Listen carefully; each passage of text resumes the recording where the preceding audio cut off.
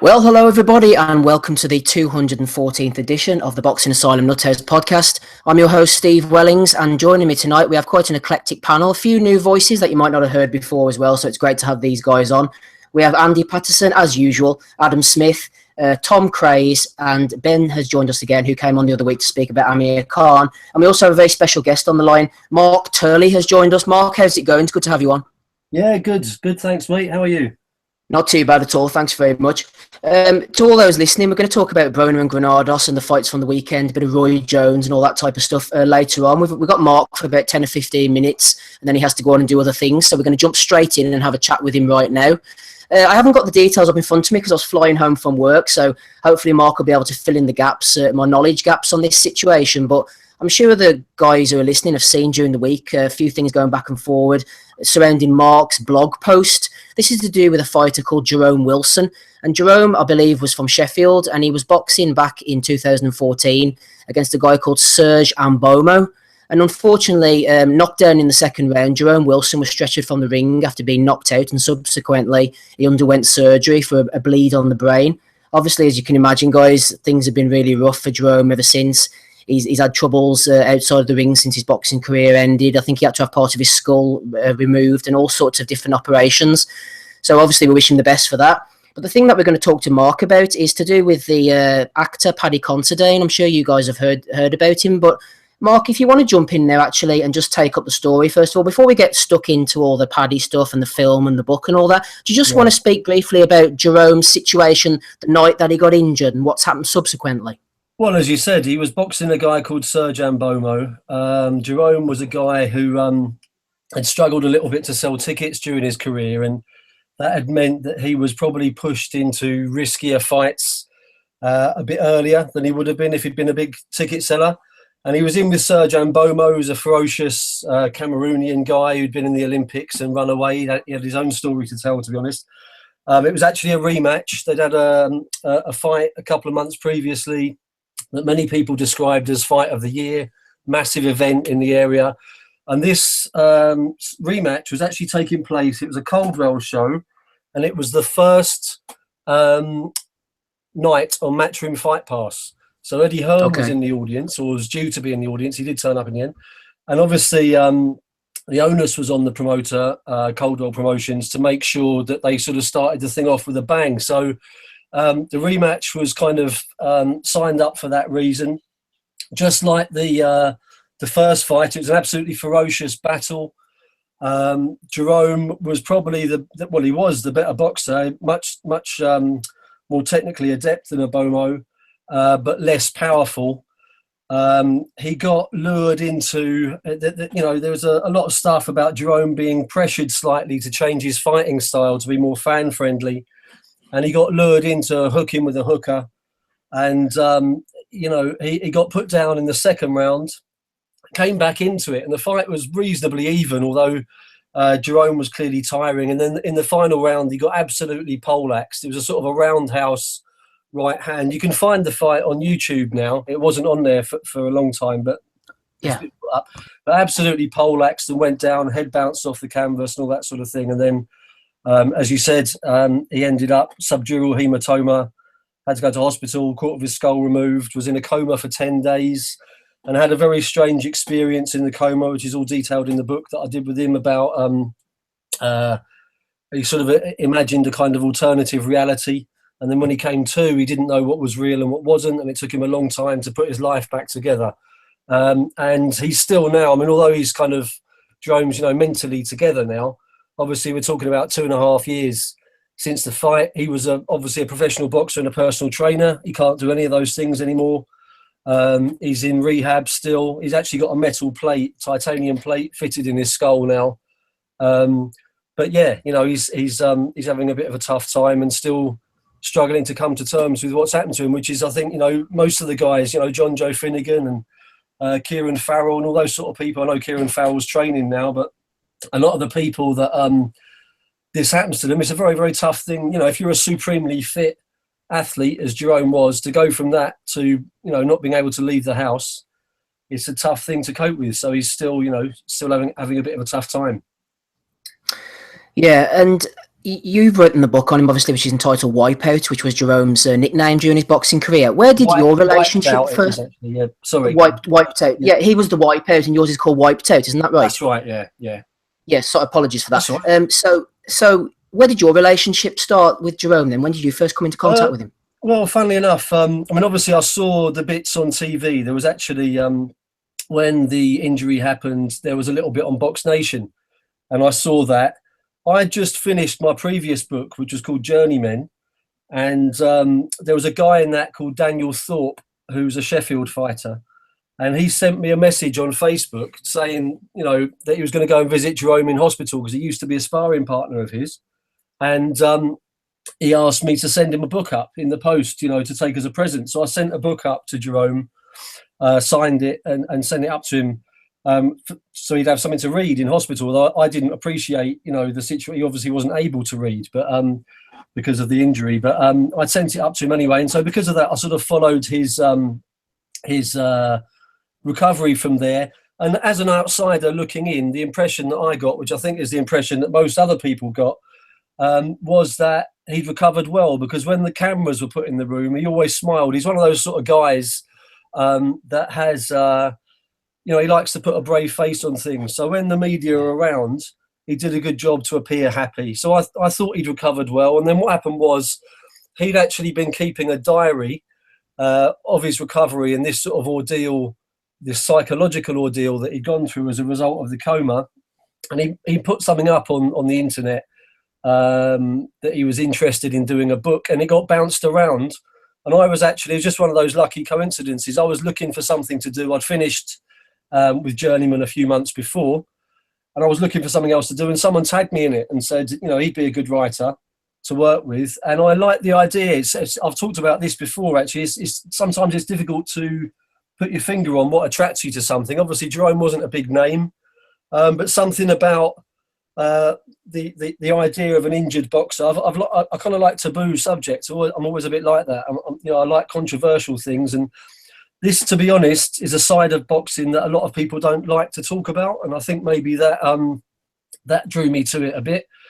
So we got in touch over the internet, swapped a few messages on Facebook and things like that, and then one day, not long after, we spoke on the phone. And when we spoke on the phone for the first time, the very first thing that Jerome told me was this experience that he'd had in the coma, this thing where he basically imagined another life, and he came out of the coma with a set of memories that weren't real, but he thought they were. Right. And it just fascinated me as a writer, as a story. It fascinated me from that point of view. So that kind of drew me in, and then we put it together from there. And so obviously the book came out. It was with was that published by Pitch Publishing, that one? Yeah, I work with them. I've been working with them for a few years now. They're very nice people, Pitch Publishing. They're excellent, aren't they? They've actually sent us books in the past to give out, so shout out to them. They're very good, very big boxing fans as well. They are, yeah. And so obviously, moving on from the book more towards the present day, they were looking to make a film out of it or something. Where did the idea of a film come from? Obviously, it's an excellent story and all that, a tragic story, unfortunately. But I mean, this is makes great theatre and stuff. Where did the film idea come in? Who put that up first? Well, that was me. I've got I'm not trying to come on here and be Bertie Big Bollocks, but I've got a couple of contacts in the film industry. I'm involved with one or two projects that are a bit slow getting off the ground, but so I knew a few people. Essentially, what happened was that it wasn't the original idea. I'm not a saint that goes around writing books for people for free. But when I got to realise the depth of Jerome's situation, then I said, look, you can have the royalties from the book. And I spoke to Pitch Publishing and talked to them about it, and they said, well, yeah, we'll donate our profits in the book as well. So really, part of the motivation for doing it was to try to raise some funds for Jerome because of the situation that he was in. And the reality is, a lot of people don't get this. I get people sometimes. I have people come up to me at shows, and because I've written books that have been up the top of the boxing charts on Amazon and things. They think you must be making hundreds of thousands of pounds, but it's not the case. There's not that much money in writing boxing books. There really isn't. So, realistically, if a book does well, you might make 6-7 grand out of it or something like that. But I wanted to try to maximise the chances of Jerome making a bit more, like actually making some money that would, you know, possibly pay his bills and things for a year or two. And so really a film was a natural way to go. So I wrote the book with that in mind. I wrote it cinematically, and I used these contacts that I had. I spoke to a few people. I'm not going to name any names, so I don't think they'd like me to sort of bring them into this at this stage. But Yeah. I'd spoken to a few people, and there was a lot of interest in it, to be honest with you. I had two people that were very keen in progressing the discussions and move towards what they call optioning the book. So when they option it, there's an initial payment that goes down, and it means then they've got the rights to develop that story for a period of time. So yeah, there were two people that were interested in moving forwards with it. So it was a good start at that stage. Just to remind everyone, we have Mark Turley on the line here. markturleyblog.wordpress.com is his website. That's markturleyblog.wordpress.com. Celebrated author, quite a few books out. I'm sure you can find them on Amazon and in all the other usual locations. So just bringing things up to a sort of close here. And before I'm going to invite the guys in a minute if they want to ask you any questions briefly before you go, Mark. Yeah. Where do we stand now? I saw you tweeting back and forwards with a few different people. This whole Paddy Considine thing, the film that he was making, which... Is that one called Journeyman? Am I getting that right? It's called Journeyman, yeah. I mean, there's, for me, the key thing really with this is a timing issue. I've had, obviously, after the blog went up last week, whenever it was I wrote it, I've had quite a lot of contact from people, and a lot of people are latching on to the angle that Paddy nicked the idea, which is not something I wouldn't, you know, advocate that angle. It's not something that can be proven. Yeah, I'm sure Paddy's, you know, maintains that he came up with the idea independently, and it just ends up being, you know, you said, he said situation. Paddy may well have thought of this, you know, 3 years ago while he was having a bath. Who knows? You know, it's one of those things, you can't prove it. But the timing of it was unfortunate, because Paddy's Journeyman film, all the publicity about it had said that it was going to be an adaptation of a book called Year of the Locust by John Houghton, which is completely different. It's set in America for a start, and it's, you know, it's a totally different thing. And then after I'd started these initial discussions and with people about making a film based on Wiped Out, and Wiped Out had been out for about 2 or 3 months, then Paddy did this interview which went up with Coogan Cassius, where he suddenly for the first time said that it wasn't going to be a film of Year of the Locust anymore, and it was this other thing. And this other thing does sound like it's got a lot of similarities to Wiped Out in terms of the arc of the story and all the rest of it. And unfortunately, I knew, as you know, I wrote this in the blog, I knew as soon as I heard the interview that it was going to be a problem, because the way films work in this country, if you're making films at a certain level, there's only particular people that fund the films. There's Film 4, there's the BFI, there's different organisations, and you go to them for funding. Now, if you're going to go to them and ask for, you know, £1 million, whatever it is, to make a film, they're obviously going to want to know what that film's about. If they've just funded another film 3 months ago or something that was pretty much, you know, the same story, they're not going to be interested. So I knew, as I watched that video, Jerome sent me the link, and I watched that video with Paddy Considine doing the interview with a sinking feeling, because I knew it was going to kill the interest, and that is what happened. You know, unfortunately, Paddy's film, by being so similar, the couple of people that were interested said, "Look, it's not, you know, it's not going to fly anymore." This, so that unfortunately was quite distressing, you know, for Jerome, and that's where the rest of it came in, and you know, that's, you know, obviously that was a while ago now, and that's why I wrote the blog post last week, just to kind of highlight the issues. What are you working on at the moment, Mark? What can we expect from you next? I've got lots of bits and pieces. I've got a couple of irons in the fire in the film world, which I won't go too far into because it's not sort of done and dusted yet, and I don't want to burn make a fool of myself by announcing something before it's all sorted. I'm doing a book with Clinton Woods, which it's going to be a really interesting one that I'm really looking forward to. Clinton's obviously led a very interesting life, and for me, he was part of the last generation of kind of real boxing. I'm actually getting a bit fed up with boxing at the moment, with the circus of it at the top level in this country. I can't stand. I used to write a column every week for Instant Boxing, and I've stopped because I didn't have anything positive to say anymore. This like Hay and Bellew rubbish and all that. I just can't hack it. But for me, Clinton Woods was the last part of that era when it was still genuine. And so that was quite, the fact that he approached me to do a book, and I was really keen, and that's going to be a really good one. So that's coming out later this year. And then, there'll be some other bits and pieces in the pipeline as well, but, I have to wait and see. Excellent stuff. Give us a shout whenever that one comes out then, and we'll maybe get you back on or something. Give it a plug. Will do, mate. Yeah, cheers. Anybody want to ask Mark any questions very briefly or make any comments before we close? Yeah, sure. I was just wondering, I mean, did Jerome, I mean, did he have like some sort of any sort of spiritual revelation as to what this whole experience meant to him? Kind of. Pardon? Yeah, kind of. We talked about that. It's at the end of the book. There's different ideas. Me and Jerome talked about this quite a lot. Jerome's slightly more religiously inclined than I am, I would say. But one thing that we thought is that there's a possibility that we're all living.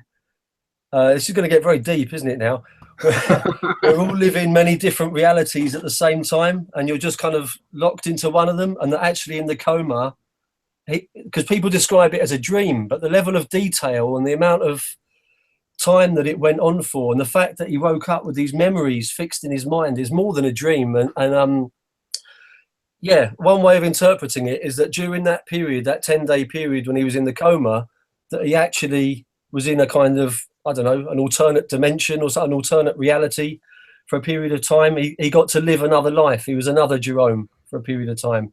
And yeah, I mean, well, the thing is, too, is that that's not necessarily, I shouldn't have maybe phrased it the way I did, that's not necessarily limited to a spiritual context. I mean, people have had these ideas in secular contexts as well.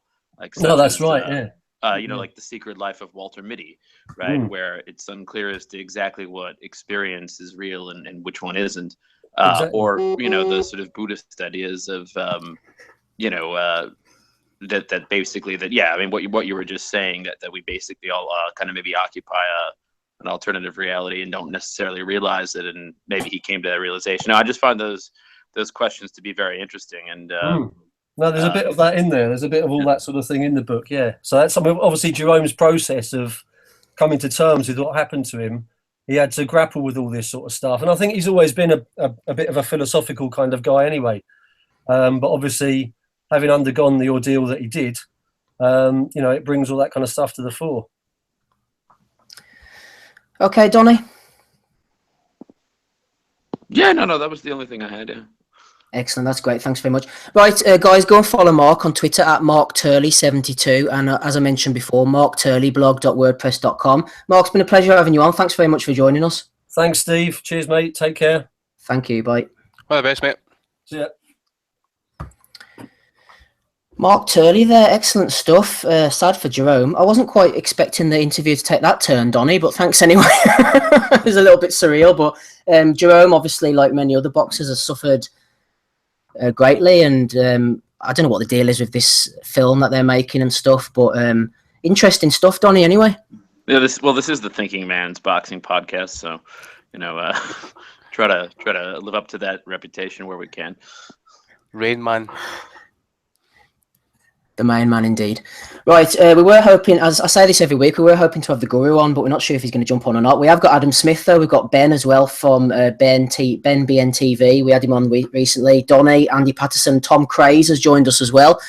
We're going on to the fights shortly. Just before we do, whenever I was coming on, I noticed a message on the YouTube comments just flashed up on my notifications. It's from Jamie Richards. I was going to write a big response to him, but I couldn't be bothered, so I thought I'd read it out.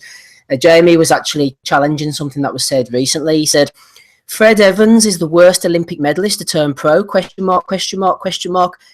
Evans hasn't even turned pro yet. He'll turn out to be much better than a go-go, though. That Wellings pisses me off, always seems to shit on Welsh fighters. A disgraceful allegation here, but I must say something, Jamie. It wasn't actually me. I was reading out somebody else's question off Twitter verbatim, and they mentioned Fred Evans, so I imagine they must have got their name mixed up with somebody else. But I assume, with the Welsh thing, you're referring to a time that I said before that I wasn't that impressed with Andrew Selby during a Channel 5 fight. A couple of people have picked up on this on Twitter and stuff and got quite defensive, and it must be a sore point.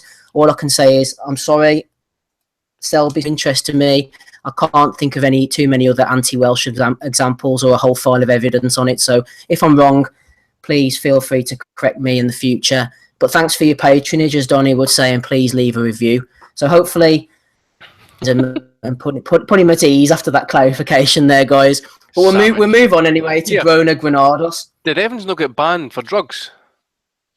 I'm not sure, Andy, to be honest with you. I'm sure there's been a few Welsh boxers who've been done for drugs and stuff. 2 and 4 year bans getting handed out. I need to check that. One of the amateurs, I'm sure, was done recently. Yeah, maybe that's what the person was referring to when they asked us the question before. But it wasn't me, not guilty. I would have no anti-Welsh sentiments at all. On to broner-granados. Right, the Box Nation studio. Quinelli, Gary Lockett, Barry Jones. These boys, Andy, I haven't got a clue what they're talking about. Absolute shit. Why the Box Nation bother having them on? Are you with me, Andy? Are you with me? I'm not with you, mate. I had the great pleasure of watching Showtime last night, so I'd imagine Barry Jones was laying it into Cloner a little bit, I assume. I'm only joking. No, was it not? Don't. No, they're all good pundits, really. It was just a mere jest, Andy. But I'll get you in first on this one in Cincinnati, Ohio, from the United States of America. Adrian, the problem Broner, with a split decision victory over Adrian Granados. Also on the undercard, David Avanesian lost his WBA title. Is it really worth anything? To Lamont Peterson, and Marcus Brown knocked out Thomas Williams Jr. The problem is, Andy, in my opinion, AB has all the talent. I know in the past I've been guilty of hyping him up. I'll be honest, people laugh at me now and I laugh at myself. I thought he was the next Mayweather. I thought he had the talent when he was down at Super Bantam. I thought he had the personality. He had the infamy going on. But the one thing he didn't have was Mayweather's prodigious work rate and professionalism outside of the ring. Broner's got that one wrong, and he will never, ever be a Mayweather, much to my disappointment. What do you think about the man? I believe you're a fan.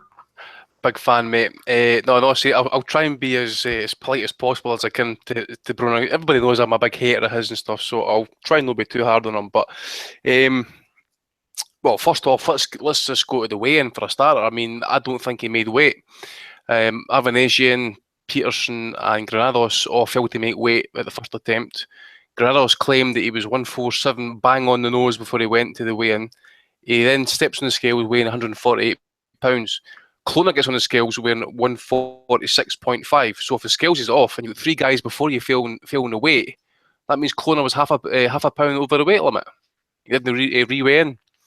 But as I said, I think there was a problem with the scales. So I think there were about I don't know, maybe there was about a to and fro in there. Maybe everything was cooked up for Broner, I suppose. The scorecard, I did have a bit of a problem with the 97-93 to Cloner. Now, it was probably a kind of case of a fight where it was accuracy against output, I suppose. I know Granados really put a lot of work in it. He was working the body at times and stuff. But if you look at it, you know, you can say that Cloner was maybe kind of the sharper shooter, kind of heavier shots and stuff. But in the end, I thought Granados done enough to shade that fight by at least 2 or 3 points. I know there were a couple of close rounds in there. I liked his output. As I says, I know everything that. Well, when Cloner was throwing punches, Granados was always throwing back, and he was actually countering him pretty well as well. So I don't think it was a massive point where Broner was actually taking over the fight at any point. I mean, he had his moments and stuff, but I thought Granados just basically answered back everything. So I thought Granados definitely won the fight, 2-3 points. You know, probably a max at that, 3 points max. Rematch, I would be happy to see it. I don't think Broner wants that. No, straight away anyway. I think he'd be looking for a title fight. The issue with the weight is obviously ongoing as well. He needs to get himself down in weight. You know, they said it on Showtime last night at 135. The guy was frightening, and really it was 130, 135. You think Broner's speed, power, he had it all.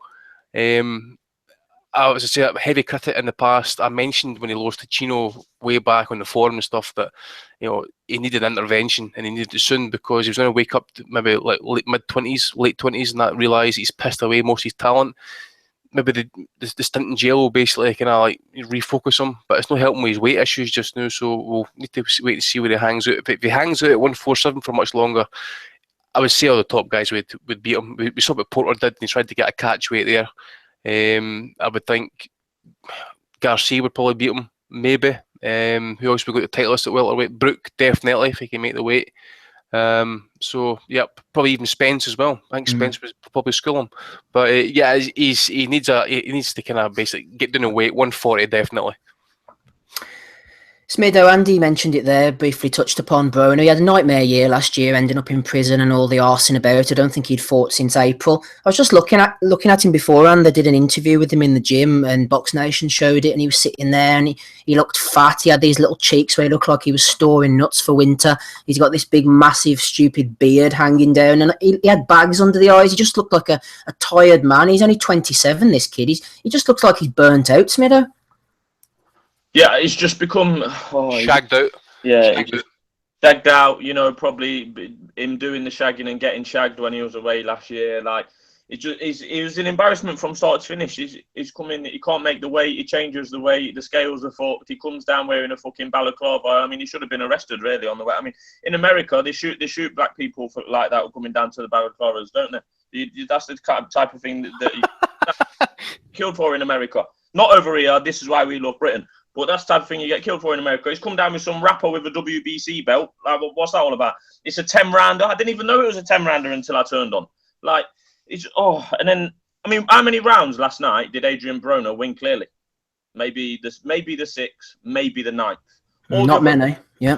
All the other rounds, he's finding difficult.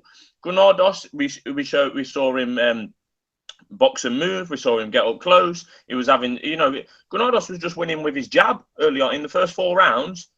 An ex-sparring partner with, a couple of, contentious losses, given pretty much no hope by the promoter and God, everyone in attendance. He's out jabbing Adrian Broner for the first 3 or 4 rounds, and then he was working him up close as well, blooding him up. A few headbutts in there from both guys, but a little bit dirty at times, but they was both smiling.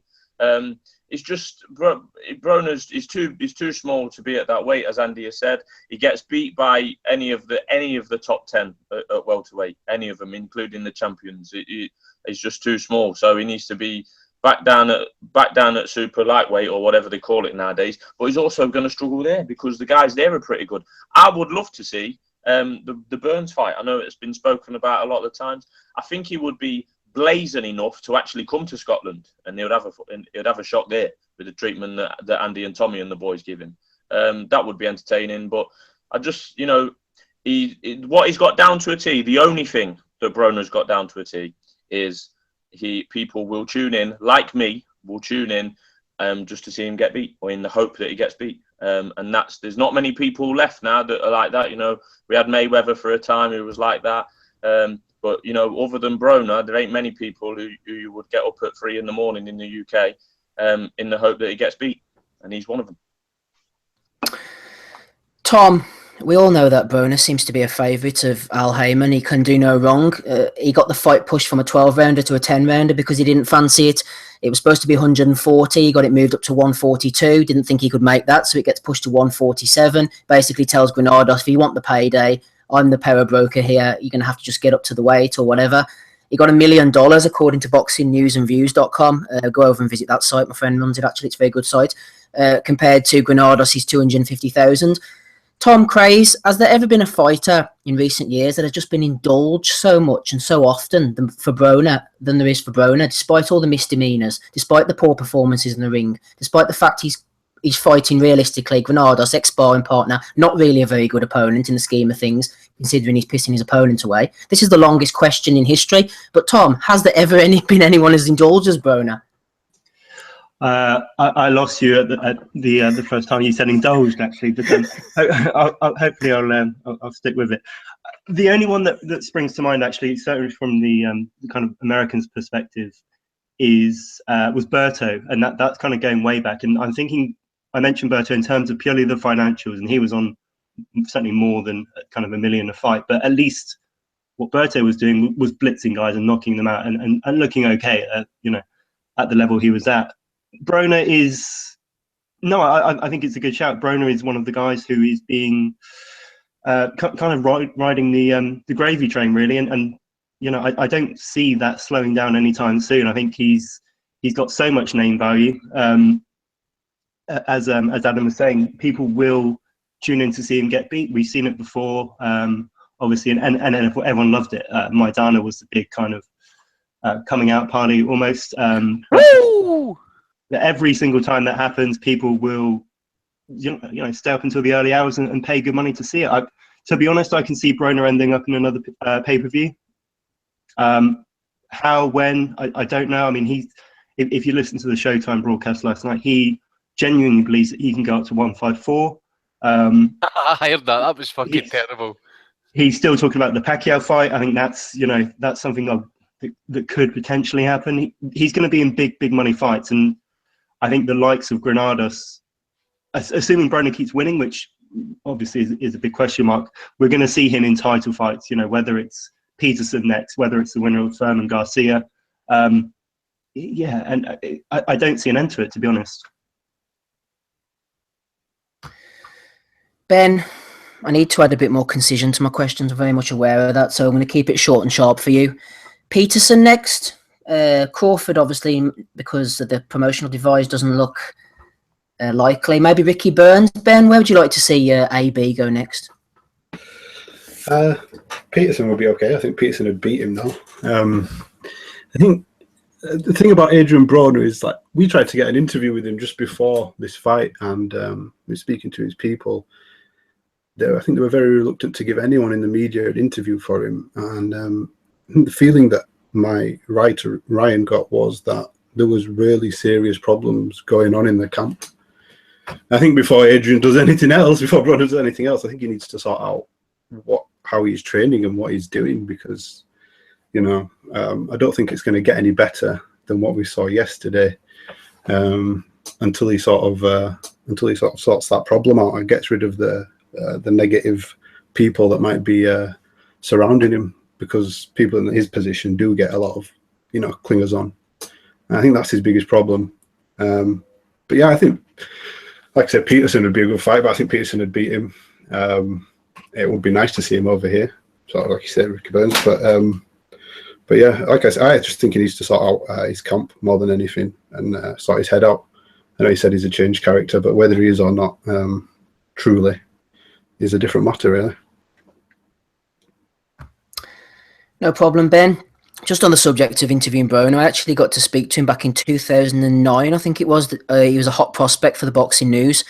And I rang up Shelley Finkel. He's the New York manager, matchmaker back in the day. I don't think he's on the beat anymore, but Shelley was a nice guy. He got me in touch with many a prospect.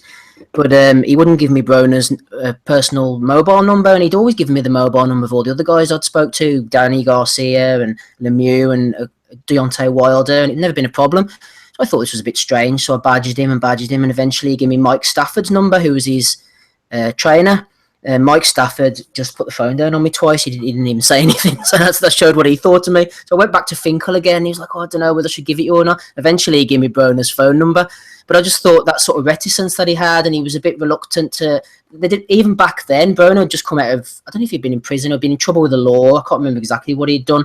But even back then, they knew that this was just a car crash character, and nobody really wanted to let me speak to him directly without some kind of mediation or moderation in between. So I thought that was interesting. So just fits in what you said, Ben. People don't really want Broner to speak who have any sense, because he is his own worst enemy, really. Right, anyway, putting that to one side, we mentioned Lamont Peterson there. He fought on Saturday night as well. It's no coincidence, I think, guys, that he was on the undercard. He beat Mr. Avanesian. Smitho, I'm not sure if you saw this one or not. Avanesian had beaten the shell of Sugar Shane Mosley previously. He's a pretty average guy. He gets things done. There's nothing too great about him. He started quickly, but he started to fade down the stretch. And Peterson's greater conditioning and experience and quality to the body, I thought, just saw him take over. How did you see this one? Do you think it was a fair result? I think it was a fair result. Yeah, I think I saw it closer than most, though, to be honest. I was kind of 7-5 and could have actually had it a draw, to be fair. I know the cards were a little bit wider than that, maybe one or two, probably too wide. I thought Avanesian did well, really, from the start. He found a home for his right hand. He was doing pretty well with the lead right hand, and then later on in the fight, there was both. But Avanesian was working well to the body, double and triple left hooks that I thought were good. But I think later on from the 9, 10, 11, the championship rounds, really, Peterson, his size was telling, and as you said, Steve, he has got a bit more, you know, finesse about him, kind of thing, with the skills, and his size and stamina really did pay dividends for Peterson late on. I quite enjoyed watching it, to be fair. And whether Peterson goes down the Broner route from here is, I mean, it looks kind of an obvious one to make if Broner can get himself down to that weight. But I thought it was good. You know, Peterson seems to have been around a long time, and it was about time that we saw him really, you know, put it together, and he did look good at times. I don't know if anyone else noticed, but the ropes in that fight were ridiculously loose. At one point, Avanesian virtually fell through the ropes. Yeah. If that was Bernard Hopkins, the fight would have been over. He'd have milked that. He'd have milked that until the cows would have no milk left. And then there was a couple of times where Peterson was like leaning backwards, and his head was virtually in the front row, and that was a bit strange to see. But then for the main event, they seemed fine from what I could see. So that was just on a bit of a side note. But I think it probably was a fair result in the end. But I give more credit to Avanesian than most, really. Like I say, for the bodywork, etc. But you know, fair play, no arguments. Donny, Lucas Matisse aside, Peterson's one of these guys who tends to push the best fighters close, for better or for worse. Obviously, Bradley, Ortiz, the draw, got the split over your man Khan, knocked out Kendall Holt. Danny Garcia went close. He just can't quite get over the line in the big one, I suppose. But if he went up against Broner, considering the state of Broner, would you make Peterson a favourite? I think I probably would. Yeah, I probably would too, just because Broner looked so pedestrian and so average last night. I just think that anybody really has a shot against him now. I mean, this is a guy some people thought was going to be, the heir apparent to Floyd. And Maidana beat him, then Porter, and all this last night he couldn't deal with a guy who used to be a sparring partner. There's probably not too many people that I wouldn't give him a chance, especially at 147. Where his power is clearly blunted, and it isn't what it was at 140. And it's certainly not what it was when he was at 135 and 130. He was a real hard puncher, and he knocked a lot of guys out. I think he was maybe just one of those guys that cut weight very well. And so, he came into the ring with a big size advantage over guys, and he carried more punch there. But at 147, like Andy said, I think he's, susceptible to not only being, Andy said all the top guys. I think even all the B-level guys too. I think on any given night, if Broner doesn't really bring his A game into the ring, he can be beat. And I think that's what Granados showed last night. Andy, how did you see this one going? Avanesian, I say, pretty decent. Peterson, pretty decent. It wasn't a bad precursor to the main event. I thought the card was quite strong overall as well. It was okay, mate. Actually, I didn't really score it, but I did think maybe Peterson just done enough to win the fight, couple of points possibly. He seemed to be kind of more inclined to box rather than, in the past we've seen him kind of get involved in tear-ups and that. Good jab. Seemed to kind of stay steady behind it and stuff. The Avanesian, he kind of had to change things up a little bit, I suppose, and be a bit more aggressive. But as I said, I wasn't paying too much attention to it. As you say, I agree with it. He just kind of seemed to get himself out of line for these big fights and stuff. So some people would say fuck him because he's been done for drugs in the past and stuff. He wasn't too clear about that, I suppose, in medical form. But I would like to see the Broner fight. I really would like to see that fight because, as Ross says, if Broner is struggling to make weight or if he's not disciplined enough, I really don't think Broner should even be training in Cincinnati. I know the fight was in Cincinnati, but there's too many distractions for that guy running about there. And if going to be one person, I suppose, he's upbringing and stuff, you want to see just for one skate over the line would be Peterson, I suppose. Tom, I'm just trying to educate myself on the career of David Avanesian here because I didn't know an awful lot about him apart from the Mosley fight. Just looking down his record, he knocked out Dublin favourite Dean Byrne in Blackpool a couple of years ago. And the plot thickens, Neil Marsh is actually his manager. Am I right in saying, I wasn't watching the fight too closely because I was getting ready for work this morning. Did I see Carl Greaves in the corner or someone who looked very much like him? That was... yeah, it is. That's his camp. It's a bit of a weird... or say kind of unorthodox setup. Yeah, he's based with the Greaves and that lot and kind of travels around as these kind of Eastern European types tend to do. Yes, Nottingham. He trains in Nottingham. I know a lad who spars with him, but yeah, trains in Nottingham with Greaves. Thanks for that, Adam. Tom, is there anything you want to say about the fight before we move on to Marcus Brown? You don't have to if you don't want to. No, I mean, just quickly, I think it was a good fight as broner-granados was. I think Peterson, I think his bodywork is very underrated, and I think scoring it this morning, I kind of gave myself the night off from the 4 a.m. job last night. I've kind of had him as the 8-8-4 type win. I thought it was clear. I thought it was pretty deserved. I didn't see it as close as got with the, 1 or 2 rounds in it. But I think Peterson would give Broner a lot of problems. I think he's got the engine, much like Porter did. I think he's going to push whoever he fights, really. But I think that's a style that's not particularly good for Broner, particularly if he kind of starts landing to the body. Whether we'll see it or not, I don't know. Obviously, you had Amir Khan calling out Peterson, or not calling out, but saying he fancied that rematch. I'm sure he would. I think that's a style that works quite well for him. But I've got a lot of time for Peterson, and wherever he goes next, I think he's generally underrated, and I think he's definitely in the mix, and top 10 at least. Yeah, Ben, I could see Peterson's body shots and his consistency, the fact he can fight at a decent pace for 12 rounds, giving Broner all the trouble he could handle. Tom there, Ben, mentioned about Amir Khan possibly fighting against Peterson. Feel free to talk about the Peterson-Avanesian fight if you want, Ben, or if you want to talk about Khan possibly against Peterson, or maybe just Khan in general, because you usually have the inside scope on their camp. Yeah, I mean, in terms of the fight yesterday, I thought it was fairly close, but yeah, Peterson definitely edged it, and his bodywork was really good. And I actually like Peterson. I think he's a good fighter. But I know Amir's always wanted the Garcia fight again since he lost and the Peterson fight. Obviously, there was the whole drug stuff after for Peterson, so they didn't get the rematch. But he's always wanted to do that again, and I know it is something he would look at. But I think he's probably going to try and get the Garcia fight, or the winner of Thurman Garcia, because he's the mandatory for the WBC. But I think Peterson will probably, want the winner of that fight as well. It'd make the most sense, I suppose. But yeah, I think Amir would take it if he couldn't find something better to take, and I think it depends on what happens with the Pacquiao situation, really, as to where Amir goes at the moment.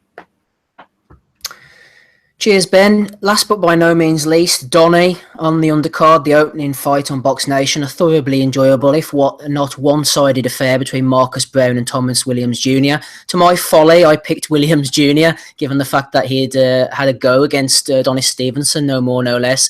And in April 2016, I thought that Brown struggled a hell of a lot with Radivoje Kalazdic. So I went for Thomas Williams. Boy, was I wrong. He's wild, he's loose, his chin's up in the air. He complains when he gets hit with a flush shot for some reason. He's all round pretty poor. Is it because Williams is crap, Donny, or is Marcus Brown better than we thought? Because he looked pretty impressive last night. Yeah, I think that that Brown was kind of brought along a little bit slowly, and that maybe Kaladijic, or however you say his name, was just maybe, he was just a little confusing for him. And some guys just don't have it on the night, and they just have an off night. But I think that that he showed a lot more last night. He was boxing where he had to, but he also wasn't afraid to open up to try to get those, to get those big overhand rights in. And he also showed that he was a little more versatile than we realized. So, for instance, at one point when he scored, I believe it was the second knockdown, he showed that he could counter really well off the ropes. And I felt like Thomas Williams Jr. was just throwing some, long, reaching type of punches, which just allowed him to really just kind of sit back, perfectly timed the counters. And so he showed a good variety of his skills last night. And so I think at this point, based on what he showed us last night, I think he basically, I think we can give him the benefit of the doubt. He got a little bit of a gift versus Kaladijic. It happens, but he came back from it in a very impressive way, scored a knockout that at least some of us, like yourself, Steve, didn't predict. We predicted that he would lose. So Yeah, I mean, I think that maybe there's more to Marcus Brown than meets the eye. Maybe not. We'll see. But a laudable effort last night and an exciting finish that will excite the fans. Tom, in round 2, Mr. Williams fell to the floor and Marcus inexplicably hit him around the back of the head. He was almost on the canvas, so it was quite bad. Now, I thought at first the referee had missed it and I thought he was about to make a botch of it. But I'm going to admit I got it wrong. Respect to Mr. Ken Milliner. I thought he dealt with the situation very well in the end. He pulled Thomas Williams Jr. quite forcibly off the canvas, which immediately took away his option of trying to quit the fight and say that he'd been injured and he couldn't carry on. So that took that out of the equation. He then moved them to the neutral corners and made it very clear to everyone, including the fighters, that he took a point off. And he eventually, after the good 5 minutes, Williams went back in on it again. I don't expect you to laud Mr. Milliner like me, but I just think that the refs do get a lot of stick, so it's good to highlight a situation which was dealt with quite well, I thought. But on that, or on the fight itself, Tom, what did you think about Marcus Brown? I think as Donnie was saying, he's a guy who's been moved along fairly slowly, and he's kind of stalled a bit in his momentum. I don't know, to be honest. I think it's going to be interesting to see where he fits in, kind of at the top at light heavy, and if he does at all, really. Obviously, kind of talking about Stevenson next. We'll have to see if that happens, and frankly, I'm a little bit bored about talking about Stevenson at all. He's a good young fighter. He's a southpaw. That's going to give a lot of people problems potentially, perhaps not Stevenson for obvious reasons. But he's got some options, and I'm interested in watching him fight. He's got some good power. I think he was lucky last night not to get DQ'd in that second round. But I'm interested to see where he goes next for sure. Andy, he's pushing the top 10 of light heavyweight, the 175-pound division. He's sort of in and around 11, 12, 13, and except for the WBA, he's not ranked at all. So it's hard to know at this stage which route he will take. Obviously, I mean, you don't have to sort of offer any conjecture as to where you think he'll go, but he could become a player in the near future, maybe at fringe level, and we'll see how he goes from there. Aye, as some of the other guys would say, I haven't been too impressed with him. Last night he was really good, but at the same time, I'm going to be slightly critical of Williams Jr. I didn't think he wanted to be there fully last night. I mean, in that first round, Brown's jab was rapid. It was fucking fantastic, that jab. And then obviously what happened with the second round and stuff, I mean, it was definitely a foul. Point deserved to be taken. I know Williams is saying that he was probably concussed, or it really did screw him up as some sort. But at the same time, you've got to give him credit, because he ended up with a broken jaw during the fight. I think it was from the 6th round. He took the broken jaw. So where he goes, I think he probably will go down the WBC route. You know, Adonis Stevenson's obviously an in-house fighter as well. Elder Alvarez fights Bute next week, and like I said, a final eliminator possibly. So it's going to free up some of the guys. I know Joe Smith's around about there. Badu Jack, I believe, is put in at number 4 at WBC. Also, Andy, sorry to interrupt. I was just going to say, we believe in Miami on April 21st, Artur Beterbiev and Sullivan Barrera in a sort of contender face-off. That's going to be a good one, isn't it? That would be a good fight as well, mate, definitely. I mean, if you look at WBC rankings, actually, they're not too bad. I mean, if you take Bute out of the equation, Fanfara's okay, Shawnee Monahan's not that great, but you got Alexander Gvozdyk, I think he fought recently. So it's kind of stacked up. You obviously got Kovalev at number 2 there, but you just don't know what's going to happen with his contract situation. But on to Brown, I did think he was pretty impressive last night, but at the same time, I didn't really think Williams really wanted to be there. I think in order to try and change the kind of context of that fight, he had to step forward a little bit. He did do it, and that's when he got his jaw broken. And you know, I did think he did try to buy the DQ victory, but as you say, the referee dragged him up off his arse. He did give the wee kind of stagger and stuff. A few folk were laughing at ringside, but you know, you remember we've had a few incidents last year with brain traumas and that type of thing. So maybe it wasn't the wisest thing the referee did. If the guy was claiming about an injury of some sort, you just never know. But in the end, Brown definitely a worthy winner. Just on the subject of rabbit punches, Andy, you'll probably remember this one. One of the worst rabbit punching displays I ever saw. A Finnish fighter called Amin Asikainen was rabbit punched really badly by, what was the German fighter, Sebastian? I can't think of his bloody surname, middleweight. Was that the guy that fought Macklin? Zabik. No, it wasn't. Sebastian Sylvester. Well done, Smido. 10 points to you. Sorry, Andy, carry on. Sorry, mate, I missed that. Just was that the Finnish guy that Macklin fought for the European title? Yeah, that's the one. It was Sylvester fought him for the European title beforehand, and he hit him with one hell of a rabbit punch right in the base of the back of his skull, and he just wasn't the same for the rest of the fight. It was the most visible, impression that was ever made on a fighter that I've seen from a rabbit punch. It was a real bad one. I don't remember it, mate. If you could hit me up with that one. I'm just trying to kind of confirm this with WBC title fight or some sort of eliminator, but it's not really saying, because if it was, I'm pretty sure the WBC were bringing out some sort of zero tolerance policy against rabbit punches and stuff, and I think if there was ever one landed or whatever, or it was pretty blatant, I think it was something to do with remember Richard Conlon? Remember that kid? Yes, I do. I think that's what happened to him.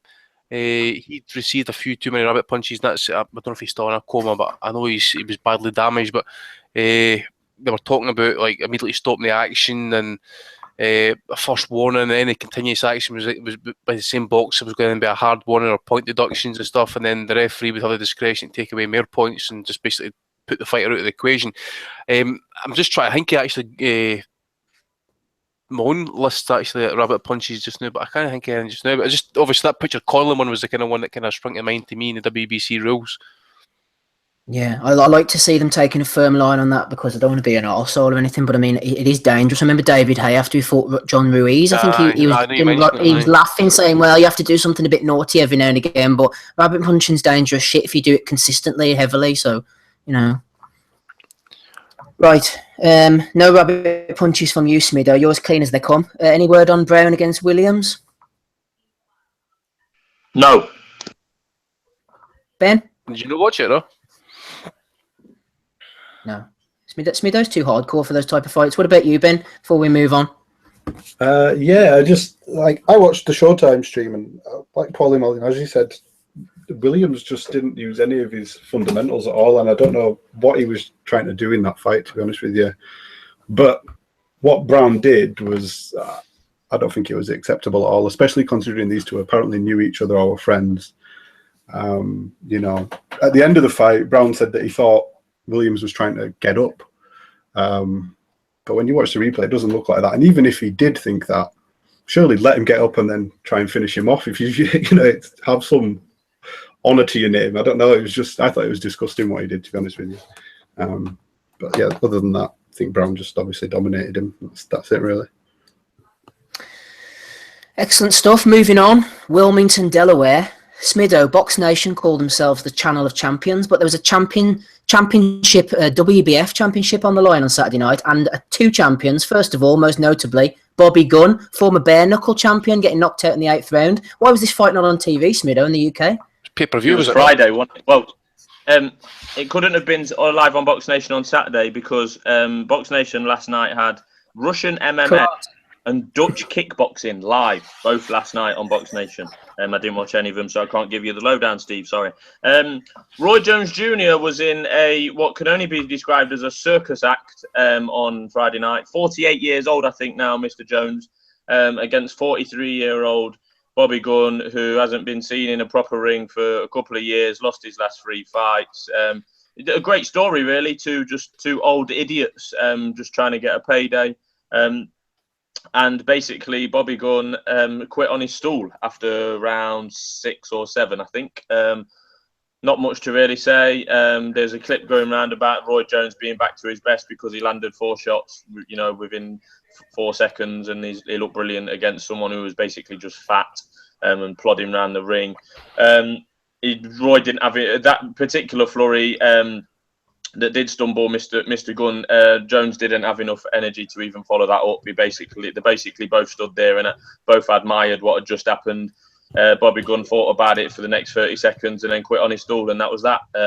There was actually, it cost me £10 anyway, this fight, because on Friday there was a bit of a gamble on Bobby Gunn to win the fight. Tom will probably be able to report on it, but Bobby Gunn opened Friday morning at 7-1, and by the time the first bell went, he was 3-1. So I thought I was in with a chance for my 6-1. I missed the 7, and obviously I wasn't. I woke up Saturday morning, checked the result, and I was £10 poorer.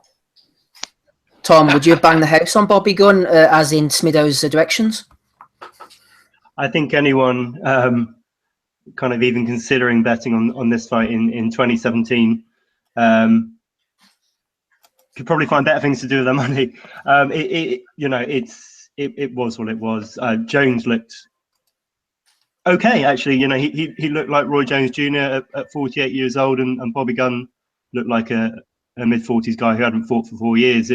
It's not something I would have ever gone near with my own money, but there was a massive gulf in class between them. And the scary thing is that's probably going to encourage Roy Jones a little bit more. I floated this question actually on Twitter the other day. Does this now, with Jones being the WBF champion, is he as legitimate a world champion as Chris Eubank Jr.? Well, I suppose that was his always big goal, was to pick up another world title, win it cruiserweight so he could go from middleweight, 160 to heavyweight. It's about as legitimate as a fucking... No, I'm not going to say that's a bit too crass, actually, but you know what I mean.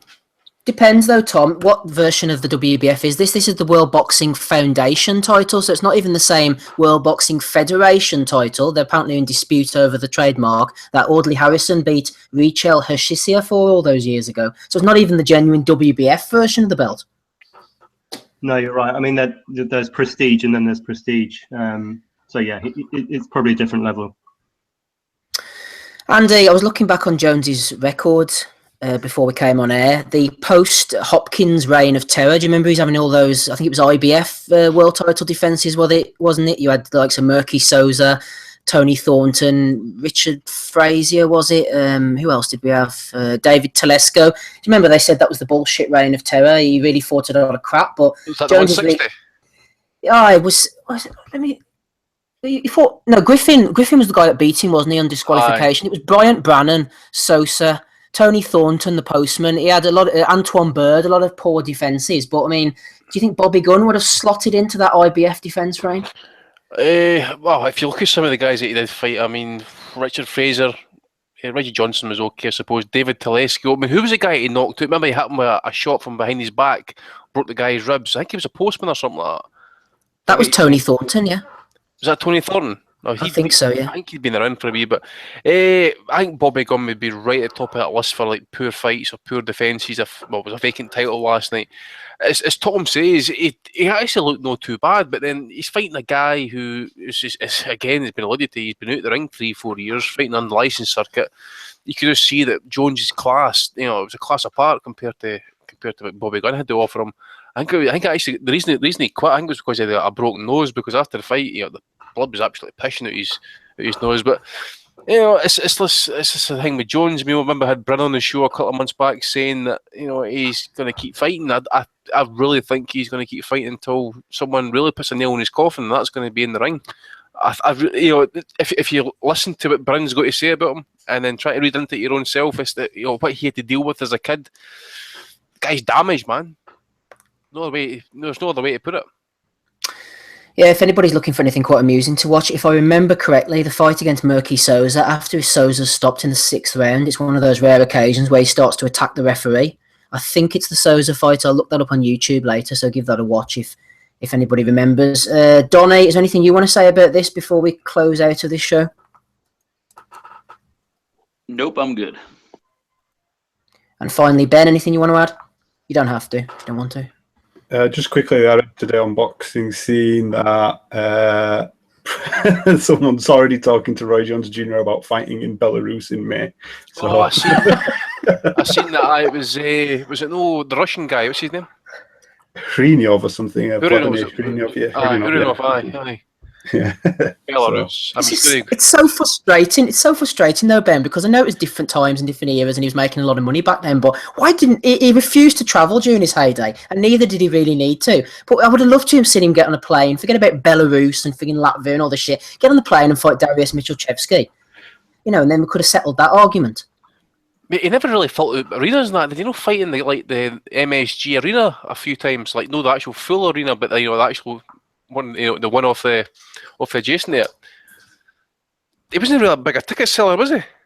No, he used to sell at the ones down in Pensacola, didn't he? But that was because it was his backyard. But different time. It's a shame that people are watching Roy Jones now, and I think my opinion on the legacy thing is, you know what, I think it is staying in his legacy. I know we have that argument, and a lot of people said whenever he was in that first run around Calzaghe time, oh, is it going to stay in his legacy? Not really. It was such a great, you know what, I think there's a lot of people around now, the younger fighters, the casual, younger boxing fans, the casual boxing fans, who never would have seen peak Roy Jones, no matter what they go and watch on YouTube. It wasn't the same as watching him at the time in his peak. He was athletically so gifted, and I think, Andy, I don't know what you think, I think he is tarnishing his legacy now with all this shit.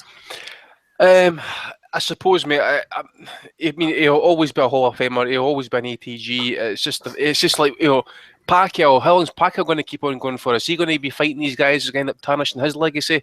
You know, at the end of the day, he needs the money. So, but it is sad to see that his legacy has been somewhat tarnished. But you know, if you look at some of the records with some of the greats and that, they had their gimme fights, they had their shit fights and stuff, but none kind of just going on too long. It's just going on too long. That is the problem. You know, some of these other guys had shit fights and they build up to like their big fights and all that, just to keep busy fights. But you know, Jones is having these fights way. What is he now? 50? He must be late 40s, early 50s now. 48, I think he is. Yeah. Fuck's sake. You know, as I say, it's going to take a serious beating. I mean, you would think after Lebedev and that he would be out of the game after that one, but not. What about his friend, Andy? I remember during his prime, he went to visit Gerald McClellan, and he explicitly said to the camera, you know, I don't want to end up like this. I will know when to quit. Well, I don't think he's even been to see Gerald since the accident, has he? But I thought he went and visited him, or maybe he saw the state that he was in or something. He made a comment regarding McClellan anyway, and saying that, you know, he wasn't being nasty or anything, but he basically said that that's you know, I don't want to be in the game too long. I know when the time's to go. But unfortunately, he doesn't seem to know when the time's to go. But we shall go and leave Roy to it. Hopefully, no doubt we'll be talking about him fighting in Uzbekistan or something in a few years. Right, just a few points of interest. I always love a bullshit title, but I also love a long show. The York Hall on Saturday night. Imagine sitting through this 21 fight show that was put on last night. 21 fights. I know they have to pay the British Boxing Board of Control extra money for every fight over 10 bouts, so they would have had to pay for 11 extra fights. I can't see how there was much money made in that one. In Italy, first round knockout win for Avni Yildirim for the WBC International Silver Super Middleweight title. Why are you telling us this, you might ask? Well, I am, because I think that Yildirim might be dragged in at some point to fight Callum Smith in an eliminator. I know a few other people have talked about this. Anthony Durrell, I can see him slipping out of that spot, Andy, and maybe someone like a Yildirim being brought in. He's built his record now, 15-0. Yeah, he's got that record built. I think when some people saw, I mean, they obviously kind of felt that Durrell wasn't going to come over here, but it was always going to be the cheaper option. And we know Eddie likes cheap. He likes to try and bring fighters over that deep down they really don't think they're going to win. And Callum Smith needs to keep busy fight. He's got to protect. He's got to try and cement that #1 status with WBC. You know, I know he's just been hanging about there, just trying to get that title fight. You know. Fuck's sake. But it's I think it's a definite stick on that one, mate. I mean, there's nothing really else kicking around about for him there just now, unless he's going to cut a deal with Sutherland and bring over Patrick Nielsen from Denmark. But, you know, I think that guy, Yildirim's going to be pretty much lock on for Callum Smith. Finally, Ismail Salak was fighting in Kenya for some reason on the Bigger Than Life entertainment show. He got a knockout. No, he went the distance, I think, and won on points. I'm not sure. It doesn't say the result on BoxRec. If anybody's interested in that, is there anything I've missed from over the weekend? I've got a feeling there is, but I can't put my finger on it. No. Can't think. Don't think so. No. Right. Andy's on the call. You heard Andy there. Stalwart as he is, journeyman professional. Tom Crazy's on as well. Donny, Ben, Adam Smido Smith. We've got Value of the Week coming up right at the end. We've also got next week's fights to preview. A little feature as well, just to keep us going. And a few Twitter questions, which I'm going to come to next. If anybody's noticed on the Asylum page or on my personal Facebook page lately, I have another book out. Yes, Mark Turley's right. There's no money in this. He's making 6 or 7 grand. I'll be lucky if I make 6 or 7 quid. But the point is, it's about Carl Frampton, all the articles that I've written about him since he turned pro. It's ebook version. There's no paperback out at the moment. But what I'm saying is, if anybody wants to win a copy, I have 3 copies available for you. So just go over to the Facebook page and just like and share the pinned tweet. Just like and share the pinned tweet, and you'll be in with a chance to win my new book. Hopefully we'll get enough people entering that I'll be able to give 3 away. But sure, if not, then we'll not worry about that. I'll take a copy, mate. You'll take a copy if nobody else wants one, Andy. I'm sure you will. So just go over to that Facebook page, everybody, and like YouTube and do all those other things as well. Right. Who haven't we had on for a while? Donny. I always like to hear a lot of Donny because he's knowledgeable when it comes to the world of boxing. Donny, with Chris Eubank Jr. doing 85,000 pay-per-views, how many bums will the junior be allowed to fight before ITV eventually turn off? Asks Joey at MasterMode33. How many bums, Donny, will he be able to get away with? As many as they can, until the wheels fall off, until it's no longer profitable for both sides. That's pretty much it. If it continues to be profitable for Junior to knock over, a bum of the month, and idiots are going to keep paying good money to see that when there's so many better fights on, free TV or at least pay subscription TV, they're just going to keep doing it because, I mean, if suckers are going to give you their money, and if ITV is clearing a little something off it, then they're going to be happy too. So when you support idiot, and I mean, there's one thing to be like, well, I don't, think. I mean, you could say something about, well, Anthony Joshua fighting, but at least he was fighting for a title against Prince Charles. But anyways, Prince Charles Martin. But I mean, no, not to be confused with the monarch. But anyways, yeah, I mean, you could say one thing, but at least, I mean, I know it was a shit belt and everything, and they kind of bought the title shot, but at least it had some intrigue there, being who he was and being a gold medalist and everything like that. But this is just literally the kind of fight that belonged on an undercard somewhere, maybe even untelevised. I mean, it was that meaningless and that stupid. And if people are going to keep paying for it, then they're going to keep taking their money. So I mean, I know boxers got to get paid and stuff. I don't necessarily have as vigorous objection to the pay-per-view model as some of the other guys on this podcast, but for that type of a fight, I do. And anybody who bought that, I mean, either they have too much money to know what to do with it, or they're just fucking stupid. Too much money than they know what to do with, or they're fucking stupid, says Donny Baseball. Adam, we know you have a lot of money, but you're definitely not stupid. Rumour has it Scott Quigg's been doing a bit of sparring up on the west coast of America. Could he have left Joe Gallagher? And Joey at MasterMode33 is asking us the question, who will be the first fighter to leave the Joe Gallagher stable, and who do you think would actually benefit most from leaving him? Oh, that's a great question. We have noticed that some of a few of his fighters have been starting camps over there. Liam Smith, Scott Quigg, to name but two, have at least started their camp over there. I don't know if they've ever come back. I don't really care if either of them two do, to be honest. Who would benefit the most? Good question. I don't know. It's difficult to say because I think Crawler has already benefited the most from Joe Gallagher, giving him some credit there. But we're not in the game to give Joe Gallagher credit. So let's say someone. It could actually be possibly Scott Cardle. I think he's an accident waiting to happen in his last couple of fights. He's got lucky a bit. He's got hit too many times. Or he might just be shit anyway. I don't know. Maybe I'm being a bit biased towards the Scots there. Who else is in there? Paul Smith. I mean, he's as we know, he's world level, so maybe he could benefit from a change of career, Smither. He could benefit from a lack of oxygen, I think. But yeah, with that, I don't really know. A lot of the fighters he's got are just becoming an irrelevance. So I'll put it out there, Scott Quigg. I think Scott Quigg's talented. He's not as good as what he thinks or Joe Gallagher thinks, but I think a different trainer, maybe a different country, might be able to eke out some improvement in him. Quality hate from Smith over there. Why does he not go back to kickboxing? Maybe go to Thailand or whatever and mess with those guys? Who, Paul? No, fucking Scott Quigg. Oh, Quigg. You used to do kickboxing in the past, no? I don't know. I'm sure he did. Not that I'm aware of. Right. Who have we got? We've had a bit of Donny. We don't need too much of him. Right. Tom. Question from Mihal Reedy over on Twitter. He said, question for the pod. How long after Triple G versus Jacobs does the WBA sanction a fight for the regular title? Yeah. As long as they can get away with it. I think it's not going to be very long. I think regardless of what happens with Golovkin Canelo, it's all bullshit as we know, and I think their policy or their kind of dream to strip away the regular titles has kind of fallen by the wayside already. So I think we should sort of strap ourselves in and expect that to carry on for as long as we can. Good point. Question from Rio Tonka. I'll take this one on. He said, why did Frampton leave his trainer for Shane? Was there any bad blood like Gallagher insinuated? I think that Shane was always in the background helping Jerry Story, and the plan was always for him to take over. And I believe it was after the Robbie Turley fight they sort of saw the natural angle to ease Jerry on.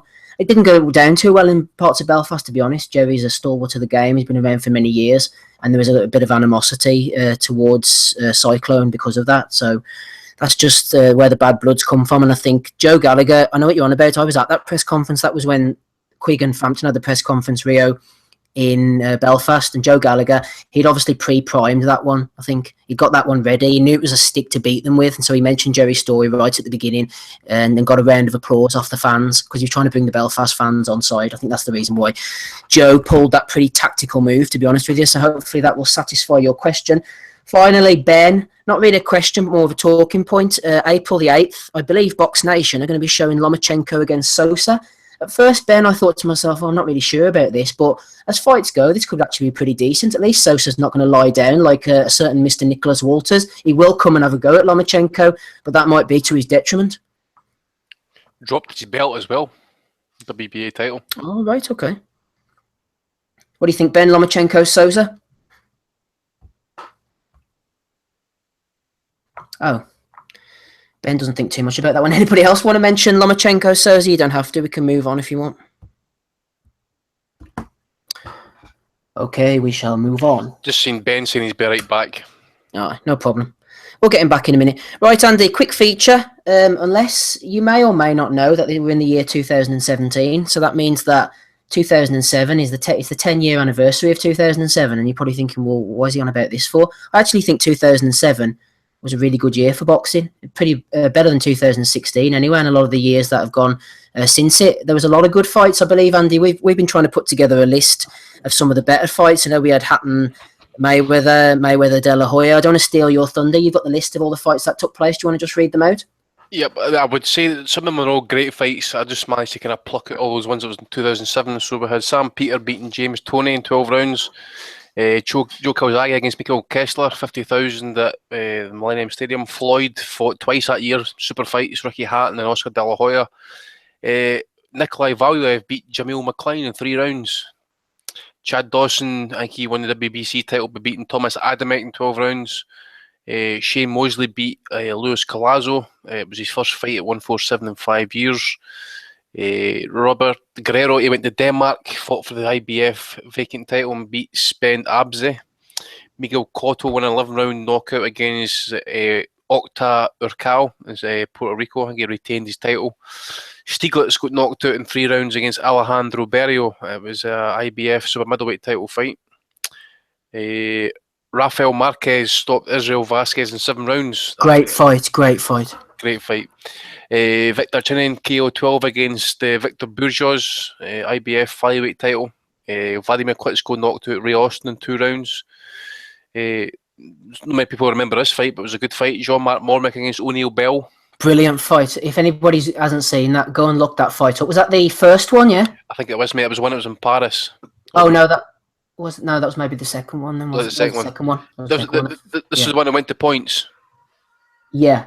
The first one was the one where Bell knocked him out, wasn't it? Knocked him out, that's right. First one is a brilliant fight. Juan Manuel Marquez, 12-round decision against Marco Antonio Barrera.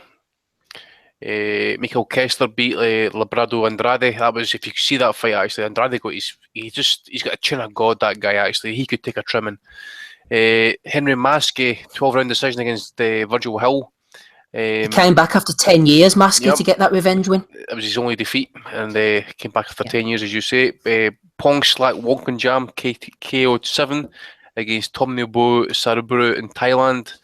Kawasaki beat Manfredo Jr. KO 3.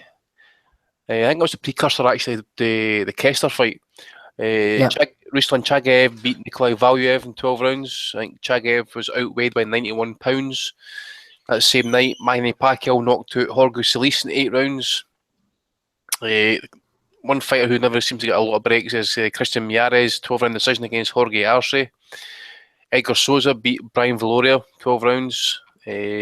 South African derby, I suppose, Monzo Kafana beat Malcolm Klassen in 12 rounds. Edwin Valero knockout in 8 rounds against is it Nobuhito Honma. Uzuma Hasagawa 12 round decision against Simpiwe Vitietka. Now this one will send you to sleep. Jermaine Taylor against Corey Spinks. I think, did Bernard Hopkins fight Ronald Winky Wright that year as well? Same year, mate, aye. Kelly Pavlik against Edison Miranda. That was Good a good fight. knockout. Good win for Pavlik that night. What else we got? Cotto against Judah, 11 round knockout. That was a good fight too, yeah. Malanagi against Nindu. Earl Katsidis was that year, I believe. Yeah, I think so. Klitschko against Brewster. I think that might be was that the rematch? The Revenge, yeah. Yeah, KO6. Hitman against Castillo, 4th round knockout. That was a body shot, wasn't it? Aye, the left hook to the body. That was a vicious one. What else we got? Danair against Darchinian. That was a flyweight title fight, KO in the 5th. That's a great one. Aye. Paul Williams against Margarito. Good fight. Another good one. I remember some punches thrown in that one, wasn't there? Oh, well over 1,000. And this one, it was an upset as well. Daisuke Naito beat Pongslak Wonkunjam for the WBC flyweight title. That was a big upset. I actually remember that one. John Carm had won about 60 odd fights, hadn't he, before that? Aye. Clinton Woods beat Julio Gonzalez for the IBF heavyweight title. Retained it, actually. Vernon Forrest beat Carlos Baldemir. Kelly Pavlik knocked out Jermaine Taylor. Sam Peter won a 12 round decision against Jamil McLean. Manny Pacquiao 12 round decision against Marco Antonio Barrera. David Hay against Jean-Marc Mormick.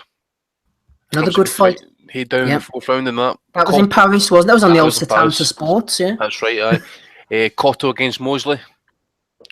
What else we got? Quite a few other ones here. Steve Cunningham against Marco Hook, 12th round knockout. Yeah, remember that one? That was in Germany, wasn't it? Aye, and that year as well, something that Carol Froch will never do anyway. Joe Calzaghe won BBC Sports Personality of the Year. There's a few other fights not there, but I didn't want to bore too many people with it, you know. No problem, brilliant stuff. I remember the night Hatton fought Mayweather. I was at a show in the King's Hall, John Duddy against Howard Eastman, and we all went back off to a hotel afterwards to watch Hatton Mayweather. They had sort of a lock-in. It was on about 5 o'clock in the morning, and good times, man. I'd forgotten that Mayweather had fought Hatton and De La Hoya in the same year. He was no messing about back in those days. True, aye. Did you actually have him beaten Floyd?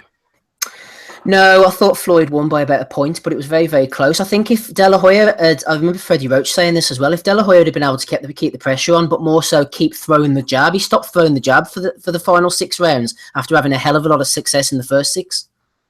Aye, it was really a fight of two halves, really.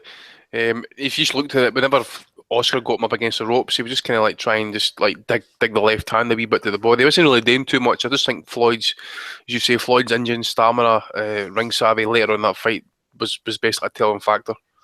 Well, that fight was, I think it was billed the world awaits, and it was the first fight to gross over 200 million in total. I remember I did a piece at uni on that. I quite enjoyed it. But I was just on reflection, Steve and Andy. I'm thinking I preferred when I was a fan in 2007. I didn't know I didn't go into the politics. I didn't look at undercards. You know, because some of them fights. That was a great year.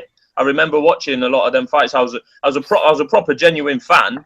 But not well, hardcore. I don't normally like using that word, but do you know what I mean? I remember a lot of them fights. Like I remember that Mormek and Hay was on Santanta, and and stuff like that. And I remember watching them. Marquez and Vasquez was a superb fight. Didn't they fight 4 times? Yeah. Yeah.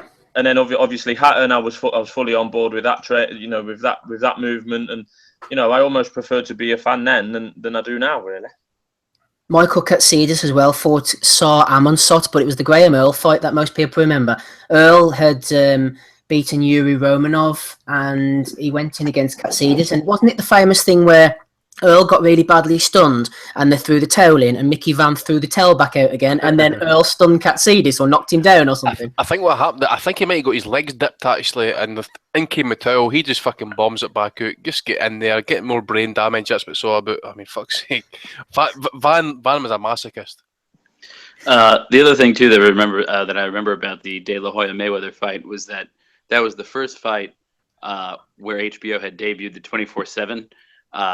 And I know, like, because it's been done, so many times now, it's not the same. But at the time, that was like the most exciting thing, going. There would never been, anything like that before, done for a big fight, and to be inside the training camps and stuff like that. And of course, when you have Floyd in there, he used that opportunity to really market himself, in acting, outlandish. I mean, that was must-see TV. Like, I remember, like, being absolutely glued to my screen every time that would come on. I think it was Sunday nights or whatever, but that was great stuff.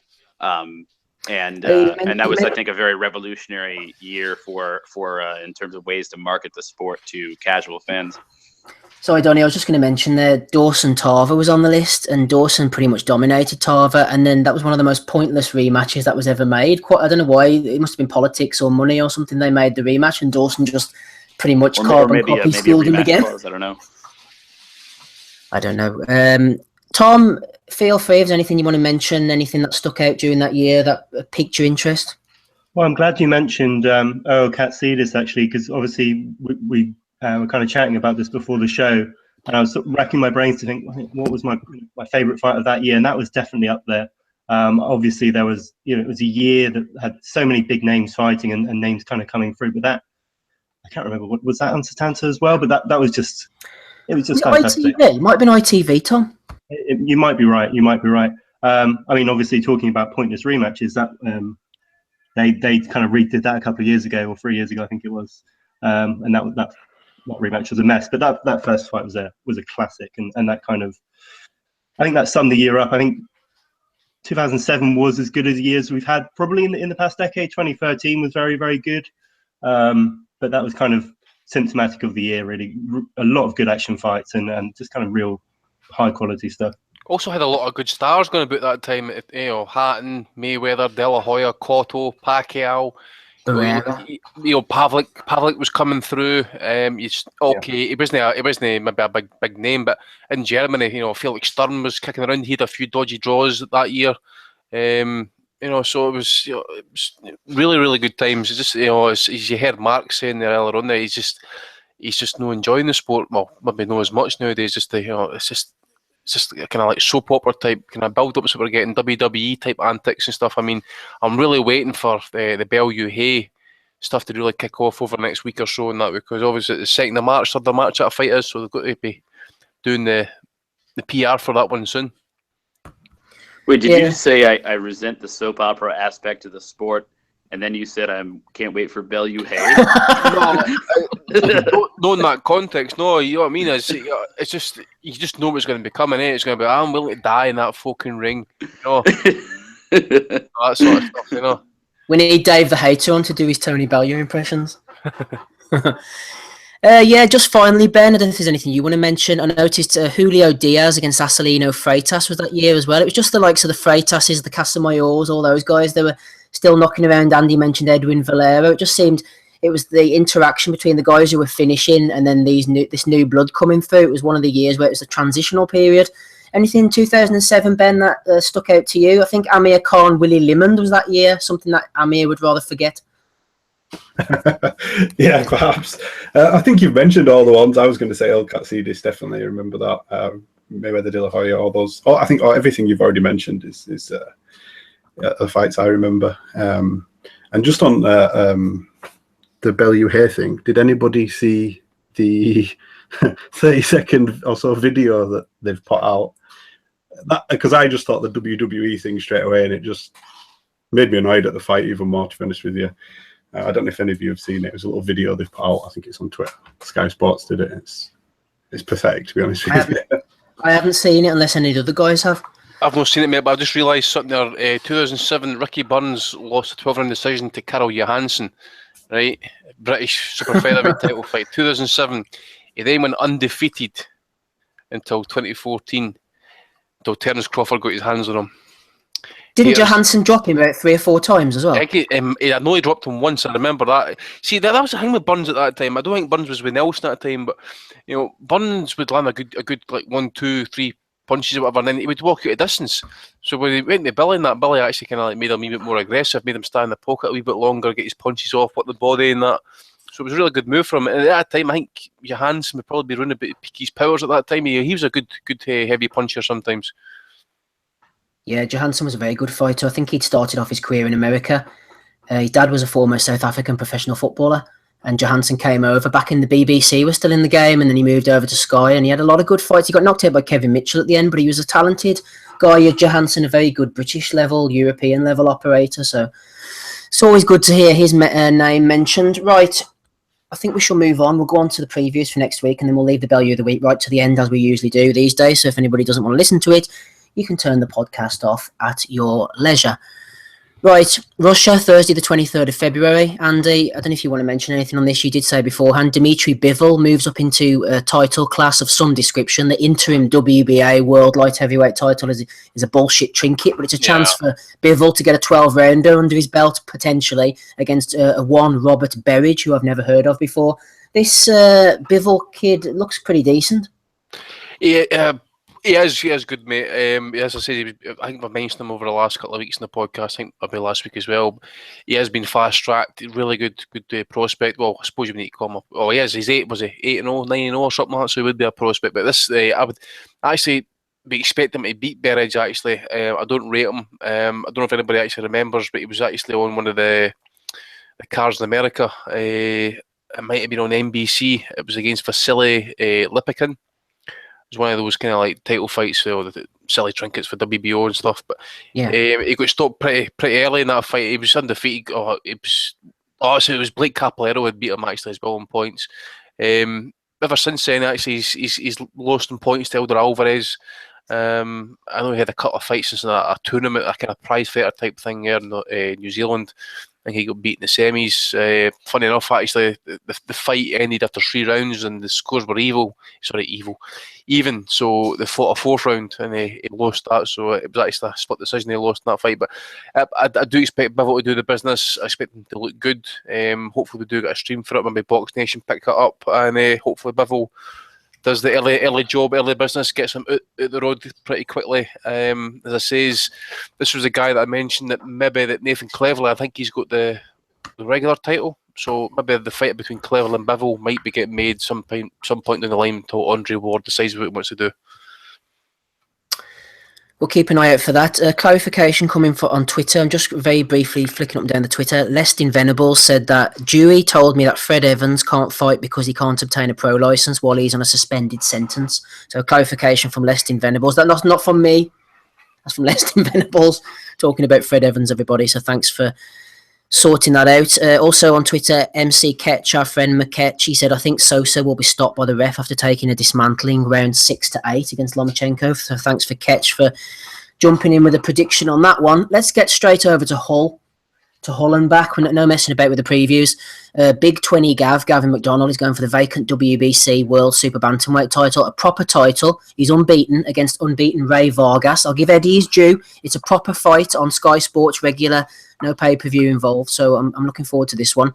On the undercard, Luke Campbell fights for a WBC silver lightweight title against Jairo Lopez. And then there's an assortment of names I've pretty much never heard of on the undercard, but that's okay, Smido, because I'm going to give Eddie his due, as I said in the spiel there. McDonald against Vargas is a pretty decent fight. I expect Vargas to win, but he's got McDonald home advantage at least. Yeah, absolutely, and this is what should be being delivered. Let's not make any bones about it. I think the card is rather reasonably cheap to put together. It's in its rightful home on regular Sky, and that's exactly where it should be. Gavin McDonald has got to be one of the most improved fighters about, really. I've mentioned this before, but I remember a few years ago in Hull, the night that Tommy Coyle fought Brizuela, or whatever his name was, in a cracking fight. Gavin McDonald was getting outboxed by Lee Wood in an English title fight, and he landed a bomb, won that fight, moved on, British, European, and now comes the world title. And like you say, Steve, it's a genuine fight. Ray Vargas, I don't guess he's on loads of money, so it was quite a makeable fight from the get-go. Gavin McDonald's the 2-1 outsider here, but I just wouldn't put it past him doing it. I know that similar to his brother, he's not spectacular in anything he does, but he's steady, he's solid, consistent, accurate. Obviously, they're in good shape, good engine, and I think similar to Jamie, Dave Caldwell has been good for both brothers, and I think will continue to be so. So I give McDonnell every chance. Put it this way, I don't think he's going to get a better chance to win a world title, to be fair. And it comes just only a couple of months too late, really, for me, because I had a bet on Gavin McDonnell to win a world title last year at 12-1. And it comes in February of the next year. So that's just my look in a nutshell. Luke Campbell, he's gonna batter this Lopez fella. I just want to see Luke Campbell in meaningful fights. I don't want any more excuses. He's got his training right. He's training over in Miami. Looks like he's etching out a bit of improvement, bit more dedication, etc. There's no excuses. I want to see Luke Campbell win a British title fight with what's his name, Cardwell next. There's no excuses why that shouldn't happen. And one that I'm keeping an eye on is Tommy Coyle against this Kofi Yates. I'm out to get Tommy Coyle beat. I think Tommy Coyle is a shot fighter. I also think he's juicing as well, but that's only an allegation. And I think he put absolutely everything. Did Coyle, was it Coyle fought Derry Matthews last fight? Have I got that wrong? Who did he fight last time? I remember him fighting a dopey 8-rounder. He fought. I think he fought Tyrone Nurse for the British title last time, and I thought Coyle was finished. And to be fair to Coyle, he did turn up that fight and he gave it everything he had. But I think that was literally everything. I don't think he's got any more left. I'm not sure how motivated he is going to be against Kofi Yates. The only problem with Kofi Yates is he ain't that powerful. And I think, if Coyle is fit enough to keep coming forward, Yates is going to struggle a little bit. So I'm out to get Tommy Coyle beat. Kofi Yates is 7-2, but the lack of power for Yates is the only thing really. It is the only downside for that one for me. And as you said, Steve, there's a host of the young guns on the undercard as well. Your mate Ryan Burnett's on there. He'll absolutely batter I can't even say his name. Reyes, someone. He'll batter him. But yeah, it's good to have some boxing back on Sky, really, to be honest. And as Andy said, I think this weekend will be used as to kick off the bullshit that is to follow in the following 7 days. Tom, Ray Vargas, I must admit, he's a bit of an unknown to me. I had it in my head for some reason that he was promoted by Golden Boy, but I don't see any evidence online of that. He's done a lot of his work over in Mexico, and his record is against pretty sketchy names. He's picked up these international silver type titles and stuff. Is he coming over the way we saw sort of, not so much Crawford Burns, more, what do you call him, Bradley coming over to fight Whitto? Is this going to be a guy who's going to come over, put a beating on McDonnell? Are they sending him over basically thinking he's going to pretty much pick this title up? Thank you very much. Here's a payday back to America to get on the big shows. No, I'm not sure. I see it like that, actually. I think looking at this fight, one of the parallels that I do draw is Charlie Edwards. And whether McDonnell's in that kind of situation and he's going to find himself a little bit out of his depth, kind of regardless. But the more I look at this fight, I'm not entirely sure that Vargas will win as comfortably as some are thinking. I mean, obviously the division at the moment it's Rigondeaux and kind of it's everyone else, and it's not the strongest division. McDonnell is not he's not a top 10 kind of guy, but I think if he takes this to the cards, which I think he's more than capable of, we've seen him do it against kind of Malinga and Parodi, guys like that. He can do rounds, and who knows, judges in Hull. I think if he keeps it tight, he's got every chance. He's a rightful underdog, and Vargas should be winning, but I don't think this is a walkover. And I think, as has been said, McDonnell is much improved. It should be interesting. Should be, Andy. I'm looking down Vargas's record, and it's really sketchy. I don't see any names. I'll be honest with you. The only name that I recognise off his record is his last win against Alexander Munoz in Mexico in the 5th round. And let's be honest, I'm not even looking at Munoz's record. He has been around for frigging years. Wasn't he fighting the likes of Montiel down at flyweight back in the day? I mean, he's ancient. He fought Kameda as well, mate. I might have been at bantamweight that fight as well. I'm going to go in record. I actually think Vargas might stop McDonnell. Actually, I know McDonnell's not got a lot of pop, but he's your classic stand-up boxer. But if you look at Vargas, he's got a very, very long reach on him. For someone at that weight, actually, is quite freakish, and he's got power. I've seen some highlights of him. I know if you look at it, who's he been fighting in Mexico and all that type of thing. End of the day, I think if you're knocking out, even by Mexican standards, some of these guys are pretty tough, I would imagine. And then you look at knockout power that McDonald's got, and who he's fought. I think he's only got something like 3 or 4 knockouts, and as Adam was alluding to, actually the Lee Wood fight was actually quite impressive considering he got the knockout. But I think unless he's got any problems with the weight, I know Nacho Berestein's his manager, his trainer, but I really think this kid could turn an upset here. I know everybody's kind of thinking that Vargas, or most people think that Vargas is going to win this, but I actually think he might do it by stoppage as well. And a final word on Luke Campbell, Andy. We're not going to learn too much about this. It's a rankings building fight, isn't it, with the points? Yep, that's what it is, mate. It's obviously as well. Again, they're Mexican, so you just don't know what this guy's going to turn up as. But hang on, Dante Yardon beat him in 2 rounds. So I think if Campbell is, obviously, if he's fit, he's prepared. I know he's been training abroad and stuff, but you would think, as you say, again, just building toward a world title fight. Maybe the winner of was it Linares and Crawler? I think it's a WBC title fight or some sort of diamond bullshit. But no, Garcia's a lightweight champion. But as I say, I don't think he's that far down the line, Andy. I think he needs a European or British in between there. I wouldn't go from next Saturday to a world title with Luke Campbell. Well, the thing is, Hearn did it with Charlie Edwards, and he didn't even fight the best potential flyweight in the UK at the time.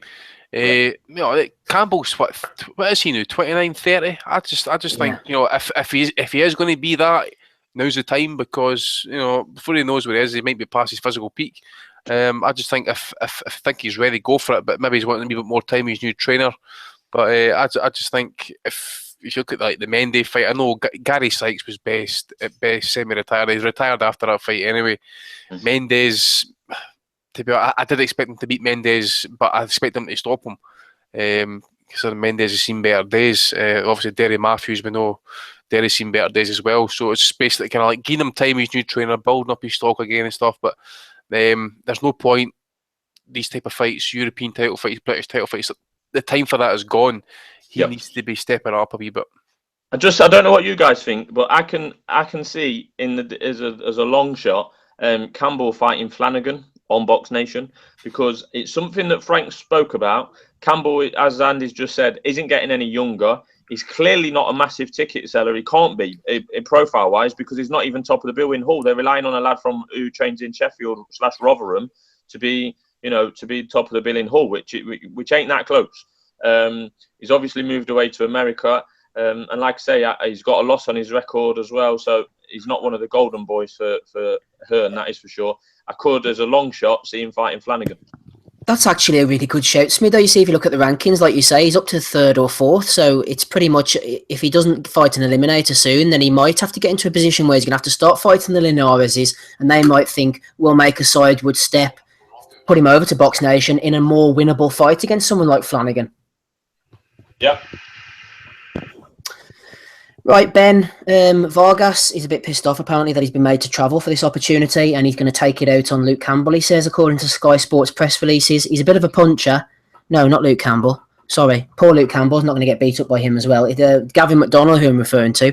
McDonnell isn't the puncher. Vargas appears to be a bit of a puncher. If McDonnell can't keep Vargas off him, Ben, he's going to be in a bit of trouble, I think. So he's going to have Dave Calder's going to have to come up with a pretty solid game plan, I think. Yeah, he could be in for a rough night. I'm hoping I'll be there. So whatever happens, I hope it's a good one. But like I think Andy said before, he could end up getting stopped if he's not prepared for it. We'll have to wait and see.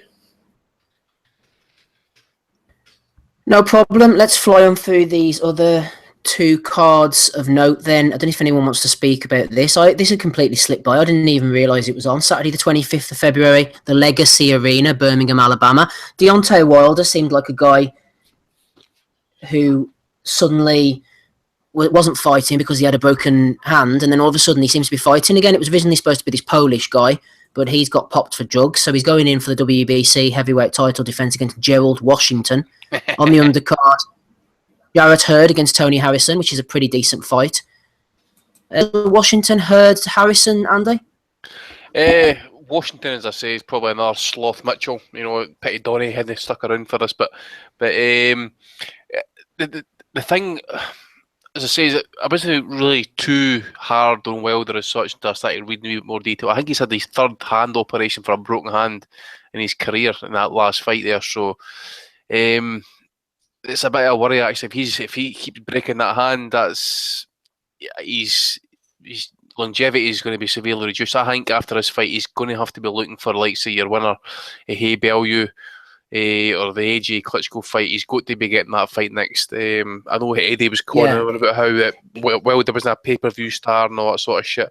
If he's going to be hitting people, Andy, he might as well be hitting the other guys on pay-per-view before the hands go all together. Exactly. He needs to get paid. And, I dare say he's got enough money, and Heyman sees him fine in that. But you want, like, the big retirement, life-changing money, stuff that Eddie can't deliver, that type of thing. Then it's going to be the AJ fight, or it's going to be David Hay or something like that. I really just do think. I mean, it wouldn't be surprised me if he hits this guy with a right hand, or just watch him try and jab his way around about this entire fight. And then maybe just drop a right hand in there every so often, just to kind of test it, feel it out and stuff. But the big worry is if it goes again, then he's going to be out the ring again for another 6 to 8 months. Yeah, I know Hater Dave isn't too keen on Gerald Washington. He thinks he's a bag of shit. Interesting fight on the undercard. Dominic Breazeale. Yes, he can be interesting. Fights against Izuagbe Ogono, who I believe is an African fighter who now has Polish residency. I think he was fighting on one of the recent Joseph Parker undercards, so he's 17-0, so he could be one to look out for. Anybody want to comment on Wilder or the Jarrett Hurd Tony Harrison fight? Then jump in now. Just wanted to actually touch back on the Breazeale fight. Breazeale's actually the underdog for that, so it's not a kind of a get well fight after Joshua. Izzy Ogono is ranked highly with the IBF, and he's got real power. I think that's an interesting fight. It's quite intriguing to see what Breazeale's got left actually, but that could be a real tear up on the undercard. I think that guy's ranked in the top 10 with the IBF, mate. Now you mention it. Yeah, I think you're right. In terms of Hurd Harrison, I think that's a really good fight actually, and that's just been upgraded for the belt now that Jamal Charlo has moved up.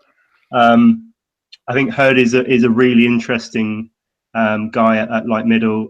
He's got power. He can box. I think he could potentially even stop Harrison, and if he does, I think that's quite a statement. It's a decent card actually. Obviously, the main event, we've got a late replacement. It's one of those rare occasions where the late replacement is better than the original fight. Gerald Washington is a better opponent than Warwick. I think. I'm not sure if I've even pronounced that right. It's a decent fight, considering the late notice. It's a shit fight in all things told. But as Andy was saying, Wilder is coming back from this injury.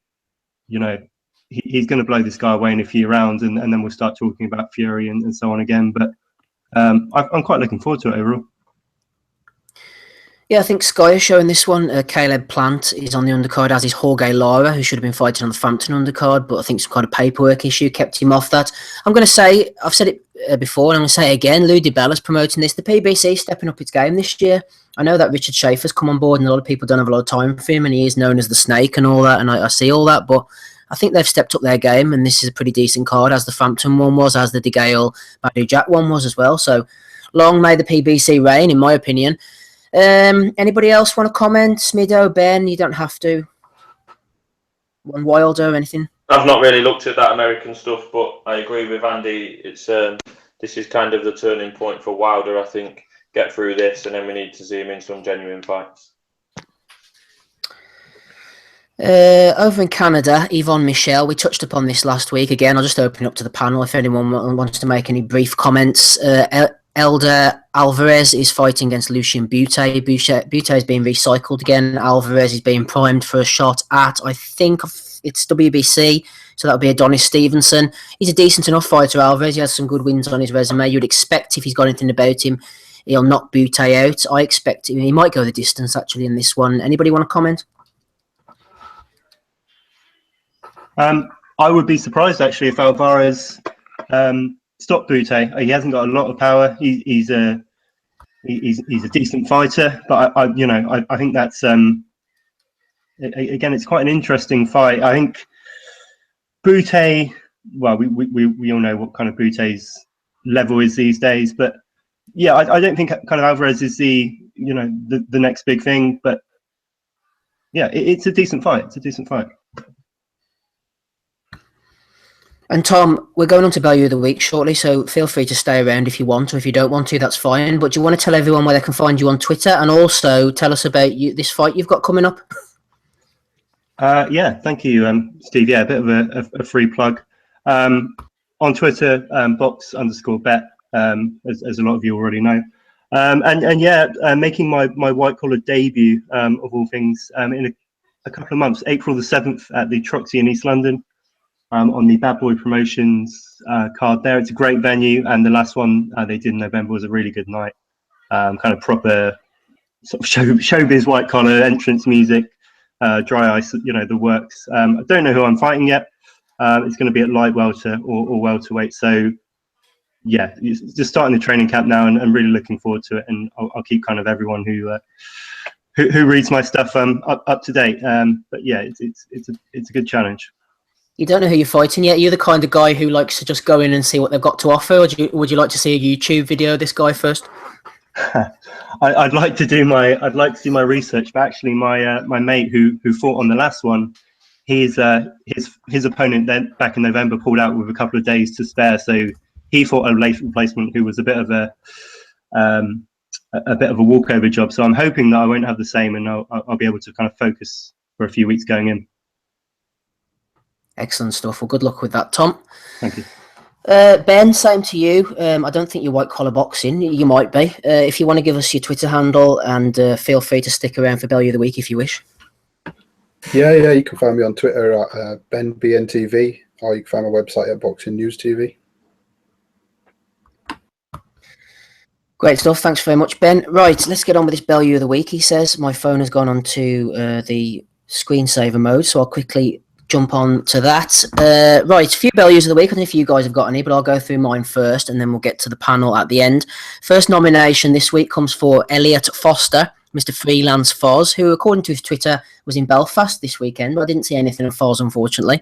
But someone nominated him because he sent out a tweet saying, Real Joe Calzaghe obtains British Board of Boxing Control manager licence, and assigned both Joe Cordina and Special K, somebody, I believe this is a fighter called somebody Kelly, to deals. And apparently Eddie got involved and said that this wasn't true, and Foz deleted the tweet. But somebody sent it to me, Foz, so afraid for posterity reasons we have it on the Value of the Week list. Nomination for me, Steve Wellings, from Vitaly Klitschko.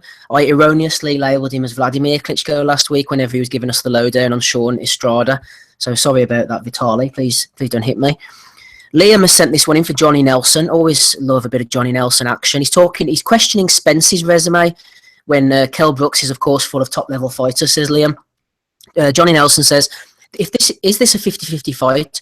Like the Sean Porter fight that saw Kell become a world champion in the Americans' backyard? I don't think so. Well, Spencer Jr., people are asking if he can do the same, but if you're asking me and you're questioning that, give me 3 top-level fighters that Errol Spence Jr. has dealt with. You can't. You can get one, Chris Algieri, but the other 2, no chance. Yes, he looks slick. Yes, he looks good. But would he get him with a Golovkin? I doubt it. Flip's sake. I think Tom was making the point actually during the week. I think it was when you were on Shep's podcast, or maybe it was Shep himself. But anyway, somebody was talking about this. They were on about Kell Brook, considering that he's been on pay-per-view a couple of times. He's fought Golovkin. He's made loads of money. And he's pretty much in the public consciousness enough to make the fight with Spencer pay-per-view. Who has he actually fought?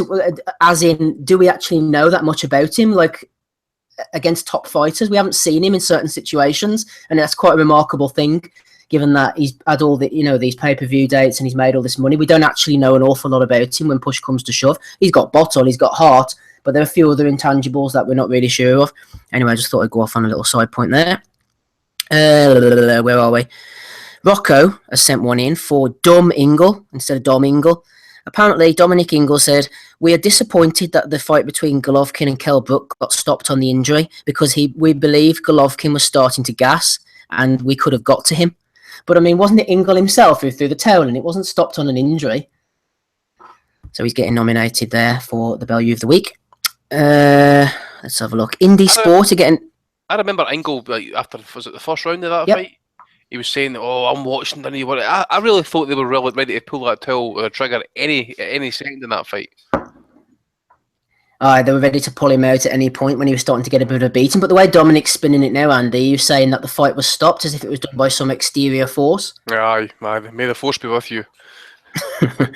Danny Robson sent this one in for Indie Sport on Twitter. They said, grizzled beasts of the old boxing circuit, Lenny McLean and Roy Shaw made MMA what it is today. I'm not really a big MMA fan, so I don't know too much about that one. That was Steve Bunce, actually. Oh, was it Bunsey who said that? Yeah, that was his Yep. one. Big Bunsey. I was. Oh, they were, yes, you're quite right. They were, yeah, apologies, Indie Sport. They were just retweeting Bunsey. I didn't pick that one up right. Sorry about that. Nomination from official Big Dave for Chris Eubank Jr. Great numbers. Well done, Chris Eubank Jr. Says Milo861. A congratulatory tweet from him then. John Swan, friend of ours, said Bellew of the Week to Steve Kim and all the other dumb Yanks who keep saying Corolla for Krolla and Lomachenko for Lomachenko. That does happen quite a lot. David Lincoln has sent this nomination in for Tommy Lee too.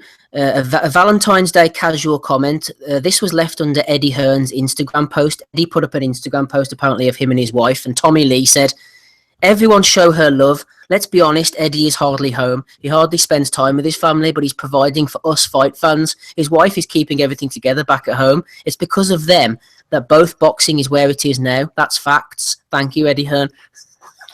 Was he looking for a retweet with that one? I take it out. I don't know. It was on Instagram, so I actually don't know if you can do retweets on that or not, but I'm sure he got a fair few favourites or likes or whatever it is they do over there. I don't know. Oh, what a penis.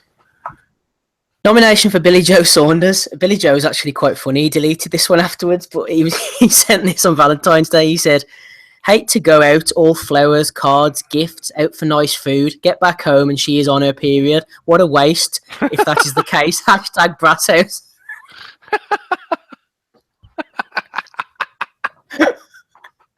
Oh, mate, it does not matter if the painters run. Just pull it to the side and away you go. Thanks for that, Andy. Right, D-Dog has sent this nomination in. You'd think the IBO would be glad of a bit of publicity and a famous champion, but they've got Chris Eubank Jr. listed on their website as being from the USA. So someone's not pulling their weight over in IBO offices. I've seen that one. Arsenic Lounsey 74 sent this one in. Ring News 24 put up Cardiff press conference quotes Liam Smith versus Liam Williams, but then the photo below they accidentally put the Liam Williams versus Ahmed Patterson photograph instead, so they got a Bellew of the Week for that. Now this one, Andy, you're going to hate this one. This is from our friend over at the Boxing Kingdom. It's just a troll by now, surely. MC Jason Squires, the Boxing Kingdom. He put up his top 10 pound for pound currently. You ready for this? Oh, fuck. Number 10, Callum Smith. Number 9, Lomachenko. Number 8, Chris Eubank Jr. Number 7, Amir Khan. Number 6, Billy Joe Saunders. Number 5, Kovalev. Number 4, Triple G, the boxer. Number 3, Ward. Number 2, Joshua. And number 1, Triple G, the street fighter. He needs to kill himself. Who fucking does that type of shit? I don't know. At first, Boxing Kingdom, they were doing blogs and stuff, and I thought it was a proper legitimate outlet, but it's just turned into a complete trolling site now just to get clicks and stuff and mentions on Bellew of the Week. So, congratulations, they got a mention. Right, Jack H9320 sent this one in for Alex McCarthy, senior writer over at GMS. He said, Mike Tyson and Anthony Yard meet the British light heavyweight who's being compared to Tyson. Just because he's fucking roided to the gills and fucking he knocked one guy out in Dallas like he was a fucking papier-mâché hat. Fuck's sake. We had a nomination actually a while back for somebody who was friends with Yard, and he put on one of the forums, I think it was Check Hook, he got nominated off it for saying that Yard in a few years will be top 10 pound for pound. I remember that one. I remember that. Right, Simon Says has sent this one in for the BBC. Anthony Joshua, just when you thought he couldn't get any more high profile and do any more great things, he'll be walking on water soon. It said, Anthony Joshua is looking to unify 4 weight divisions against Vitaly Klitschko. Oh, That would be trippy. So that would be tremendous if we could do that. I mean, ATG, right? You know, Ray Robinson, step aside, man. If they fucking pull that achievement off, it'd be unbelievable. 4 divisions all in one night. Well, we love an AJ Value of the Week nomination. We've got another one here under AJ's original Twitter tweet. Whenever Muhammad Ali died, I believe it's since been deleted. He put, "You've inspired the next generation in many ways. The legacy lives on." And then a picture of him with a suit and glasses. Well, apparently below that we have a Value of the nomination for William Cartledge, who said AJ boxes rings round him. Ali was a hype job. Oh yes.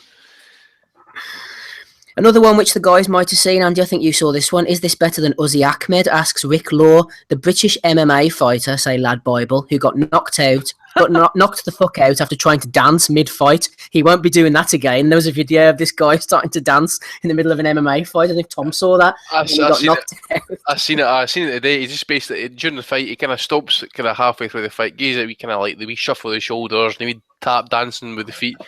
See, he's got his side to him and stuff. So, you know, lo and behold, invitation granted. Boom, left kick to the face, knocked the fuck right out. But I just think Ahmed is better because it took him a fortnight to get to the ring, and then he gets absolutely smashed, and he's just basically, you know, that kind of whiplash type punch when your head hits the bottom rope, and that it just absolutely vaporised.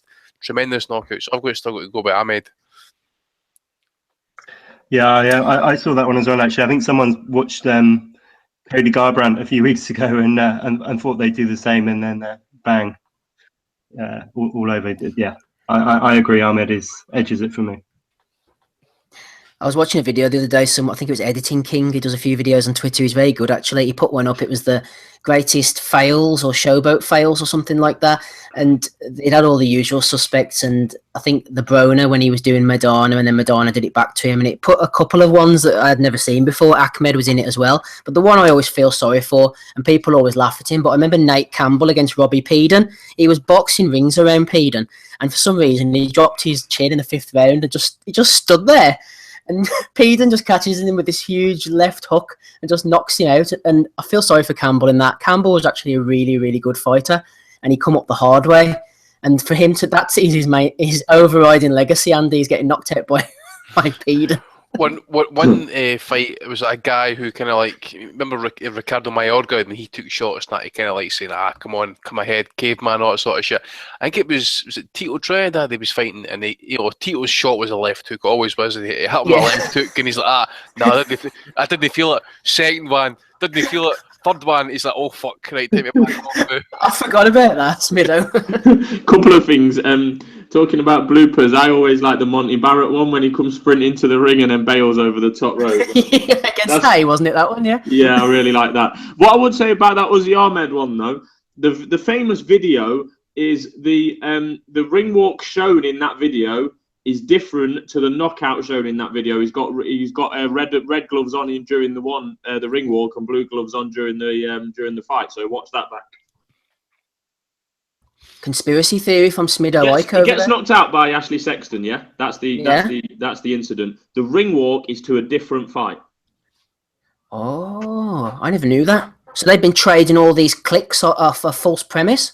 Yeah, well, I mean, he used to do elaborate ring walks anyway. That was just the one that they could probably get best video for, but that is a fact. All right, you go back and check that. Yeah, definitely.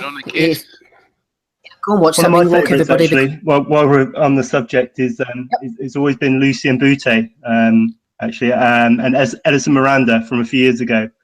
And I can't remember what round it was. It was fairly early, and Boutte was kind of unloading on Miranda as he did in his prime. And Miranda kind of took a step back, put his hands on his hips, and shook his head and said, "No, mate, I'm okay." Boutte said, "Okay." Took a couple of steps in. I think he landed one jab and then put a hook into the body, and that was it. Miranda stumbled to his knees and game over. But that's always one of my favourites on the subject. Miranda was quite the character, wasn't he? I remember his fight with Alan Green, and Green just ran and ran and ran. It was absolutely terrible, and Miranda halfway through just stopped in the middle, got his glove, and just started doing a wanker symbol at Green. Green was awful sometimes, wasn't he? Yeah, he was terrible. Remember Kessler knocking him out? That was a thing of beauty. What a life. Didn't he get put into the Super Six, Green? He came in for Jermaine Taylor or for Durrell, wasn't it? Was it Durrell? Durrell, And then Glenn Johnson came in for someone, didn't See, that was the thing, because Darrell, I think, was due to fight Ward in the next round, and they pulled out, obviously citing the neurological problem and that, and then Green fought Ward. That was an awful fight. That was pure shit. Pure shit. Yeah, Green was a big puncher, but he could also be terrible. Right, let's get back onto Bellew of the Week. I took us on a little sideward road there. Dyke, Willie D 1990, sent in a message. Kell Brooks said, would like to thank my facial surgeon, Mr. Ricardo Muhammad Ali, on mending my eye. And Dyke said, got to be Bellew of the Week. # Ali fixed my face. That was quite a good one.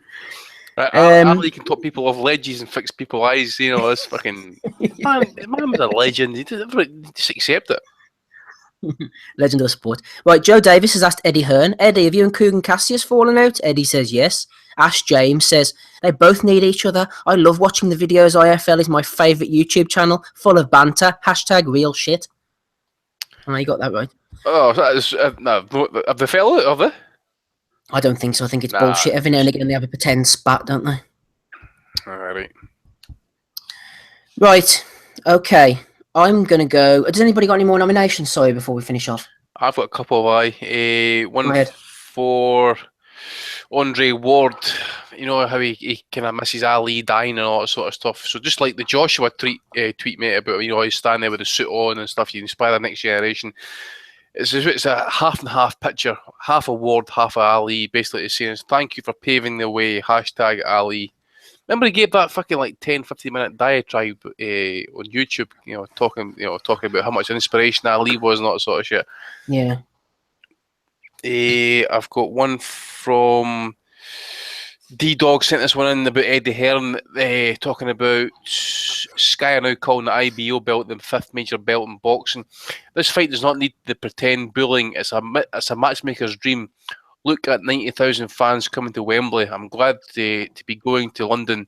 The British are great people who love their sport. Joshua will hold 3 of the 5 major heavyweight belts if he beats Klitschko in April, with Deontay Wilder WBC, Joseph Parker WBO currently in possession of the other titles. So the big 4 has become the big 5, basically. Yep, basically. What about the WBF? We could have the big 6. Why not have the 2 WBFs? We could have the big 7, and there's 3 WBUs. Why don't we go to the big 10? Freaking We've also got the WBB title as well. Yeah. What about there used to be a WBN as well, and an IBU that was run by Don Moose Lewis. And the UBO. UBO. There's a couple of fights for that over there. Oh, there's numerous titles. We should have our own, shouldn't we? Oh fuck it. First title TNT. This one came in for Glenathan, it's from a guy called Haroon at Has Haroon. Basically states at least can look back on his career and say 2 of the best pound for pound, and Mayweather and Pacquiao ducked him. That wasn't his brother Haroon, was he? I don't think so. And that other one I had was the guy, that Uzi Ahmed one. You know, was this better than that for Rick Law? So that's the 2 that I've got. Anyone else want to throw anything into the hat? I don't know if it counts, but did anybody see what Angel Garcia said? He wasn't racist, and then sort of turned around and was extremely racist towards Chinese people. I did see that. Yeah, he's an absolute car crash, isn't he? It was mentally. He said something like, you know, killing cats in the basement and stuff like that to serve in the restaurant, and then started talking about a revolution. And he's got AKs, and then he laid on the floor and stuck his ass in the air. It was batshit crazy, honestly. To be fair, do you see any cats hanging around Chinese restaurants? Not really. Or walking past one? Another nomination as well, Ben. I watched that video you sent to us, the Hay and Bellew, one of them pointing, and the tagline was something like, "Are you ready?" Or it's cringy, man. You're right. Yeah, it's like watching some WWE stuff, man. I can't cope with it. It's not called for boxing at all. I don't understand it. Well, write that down. Right, who are you going for, Ben? Who's your nomination for? I'll go. Actually, I'll go for the guy who said the American thing. Haroon. Yeah. Haroon? At Has Haroon. He's also even got a verified tweet, verified tick against his name, so I don't know who the fuck he is, but at Has Haroon, that's his Twitter handle. Let him know. A man of status, then. Okay, thanks for that, Ben. We'll add Haroon. Smido, what about you? I'm going to give an honourable mention to Dominic Ingle, because I don't know how long they're going to try and dine out off the fact that Kell Brook got his face broken by Gennady Golovkin. But my actual vote, and deservingly so, it's a long time ago since this nomination was actually mentioned, but Foz deserves it this week. So Foz for me, please. Okay, we shall write Mr. Foster down for that then. Andy, what about you? Yeah, Foz had a bit of a mare, mate, and then forced to delete it. You know, I think he deserves it. Just to pick up his spirits, if anything, you know. 2 for Foz. The pressure's on. Tom, what about you? I'm torn between the BBC one, Joshua, and unifying 4 divisions, and Haz Haroon, but I'm going to give it to Haz Haroon because it's kind of scary that people do actually think like that. So yeah, he's got my vote. Well, I was going to go for Billy Joe Saunders because he's Twitter gold. I love the unfiltered shit he comes off with. That was brilliant. But so that we get some kind of clarity, I'm going to go for Haz Haroon as well to give him 3 votes against Fozzie's 2. So if anyone wants to tweet out at Haz Haroon, invite him on. If he wants to come on the podcast, Haz Haroon, you are more than welcome, sir. But you're this week's Value of the Week. You can come and collect your trophy next week off us.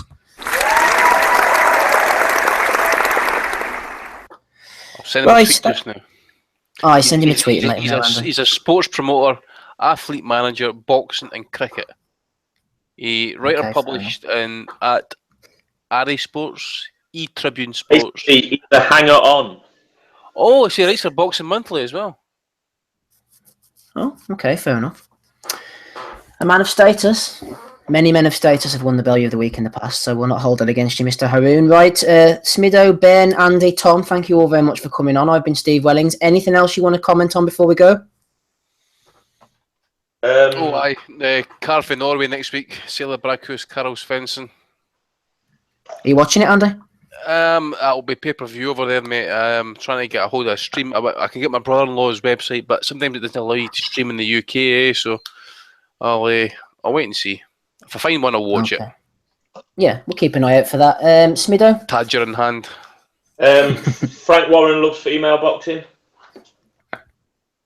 Does he? Yeah. With Nicola Adams? Yeah. One thing I will say, I tweeted it the other day. Anthony Ogogo scored the winning points on A Question of Sport, and he actually had I won't say a black eye, but a reddened eyeball during the broadcast. So that was the best moment of Anthony Ogogo's career, live on BBC on Friday night. He seems to find his way onto the TV well enough, Mr. Celebrity Boxer. But thanks for that, Smido.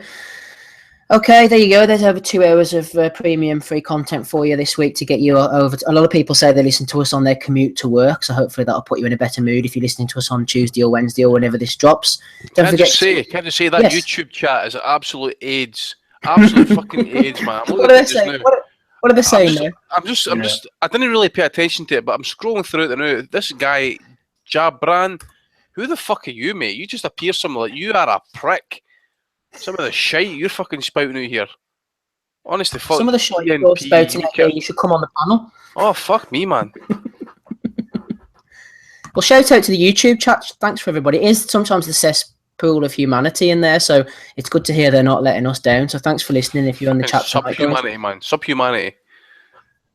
Don't forget, if you are in the chat, to go and like the video or dislike it or leave a comment or whatever you want to do. We love you. Andy loves you too. He's just playing hard to get. Right, guys. See you all next week. Bye.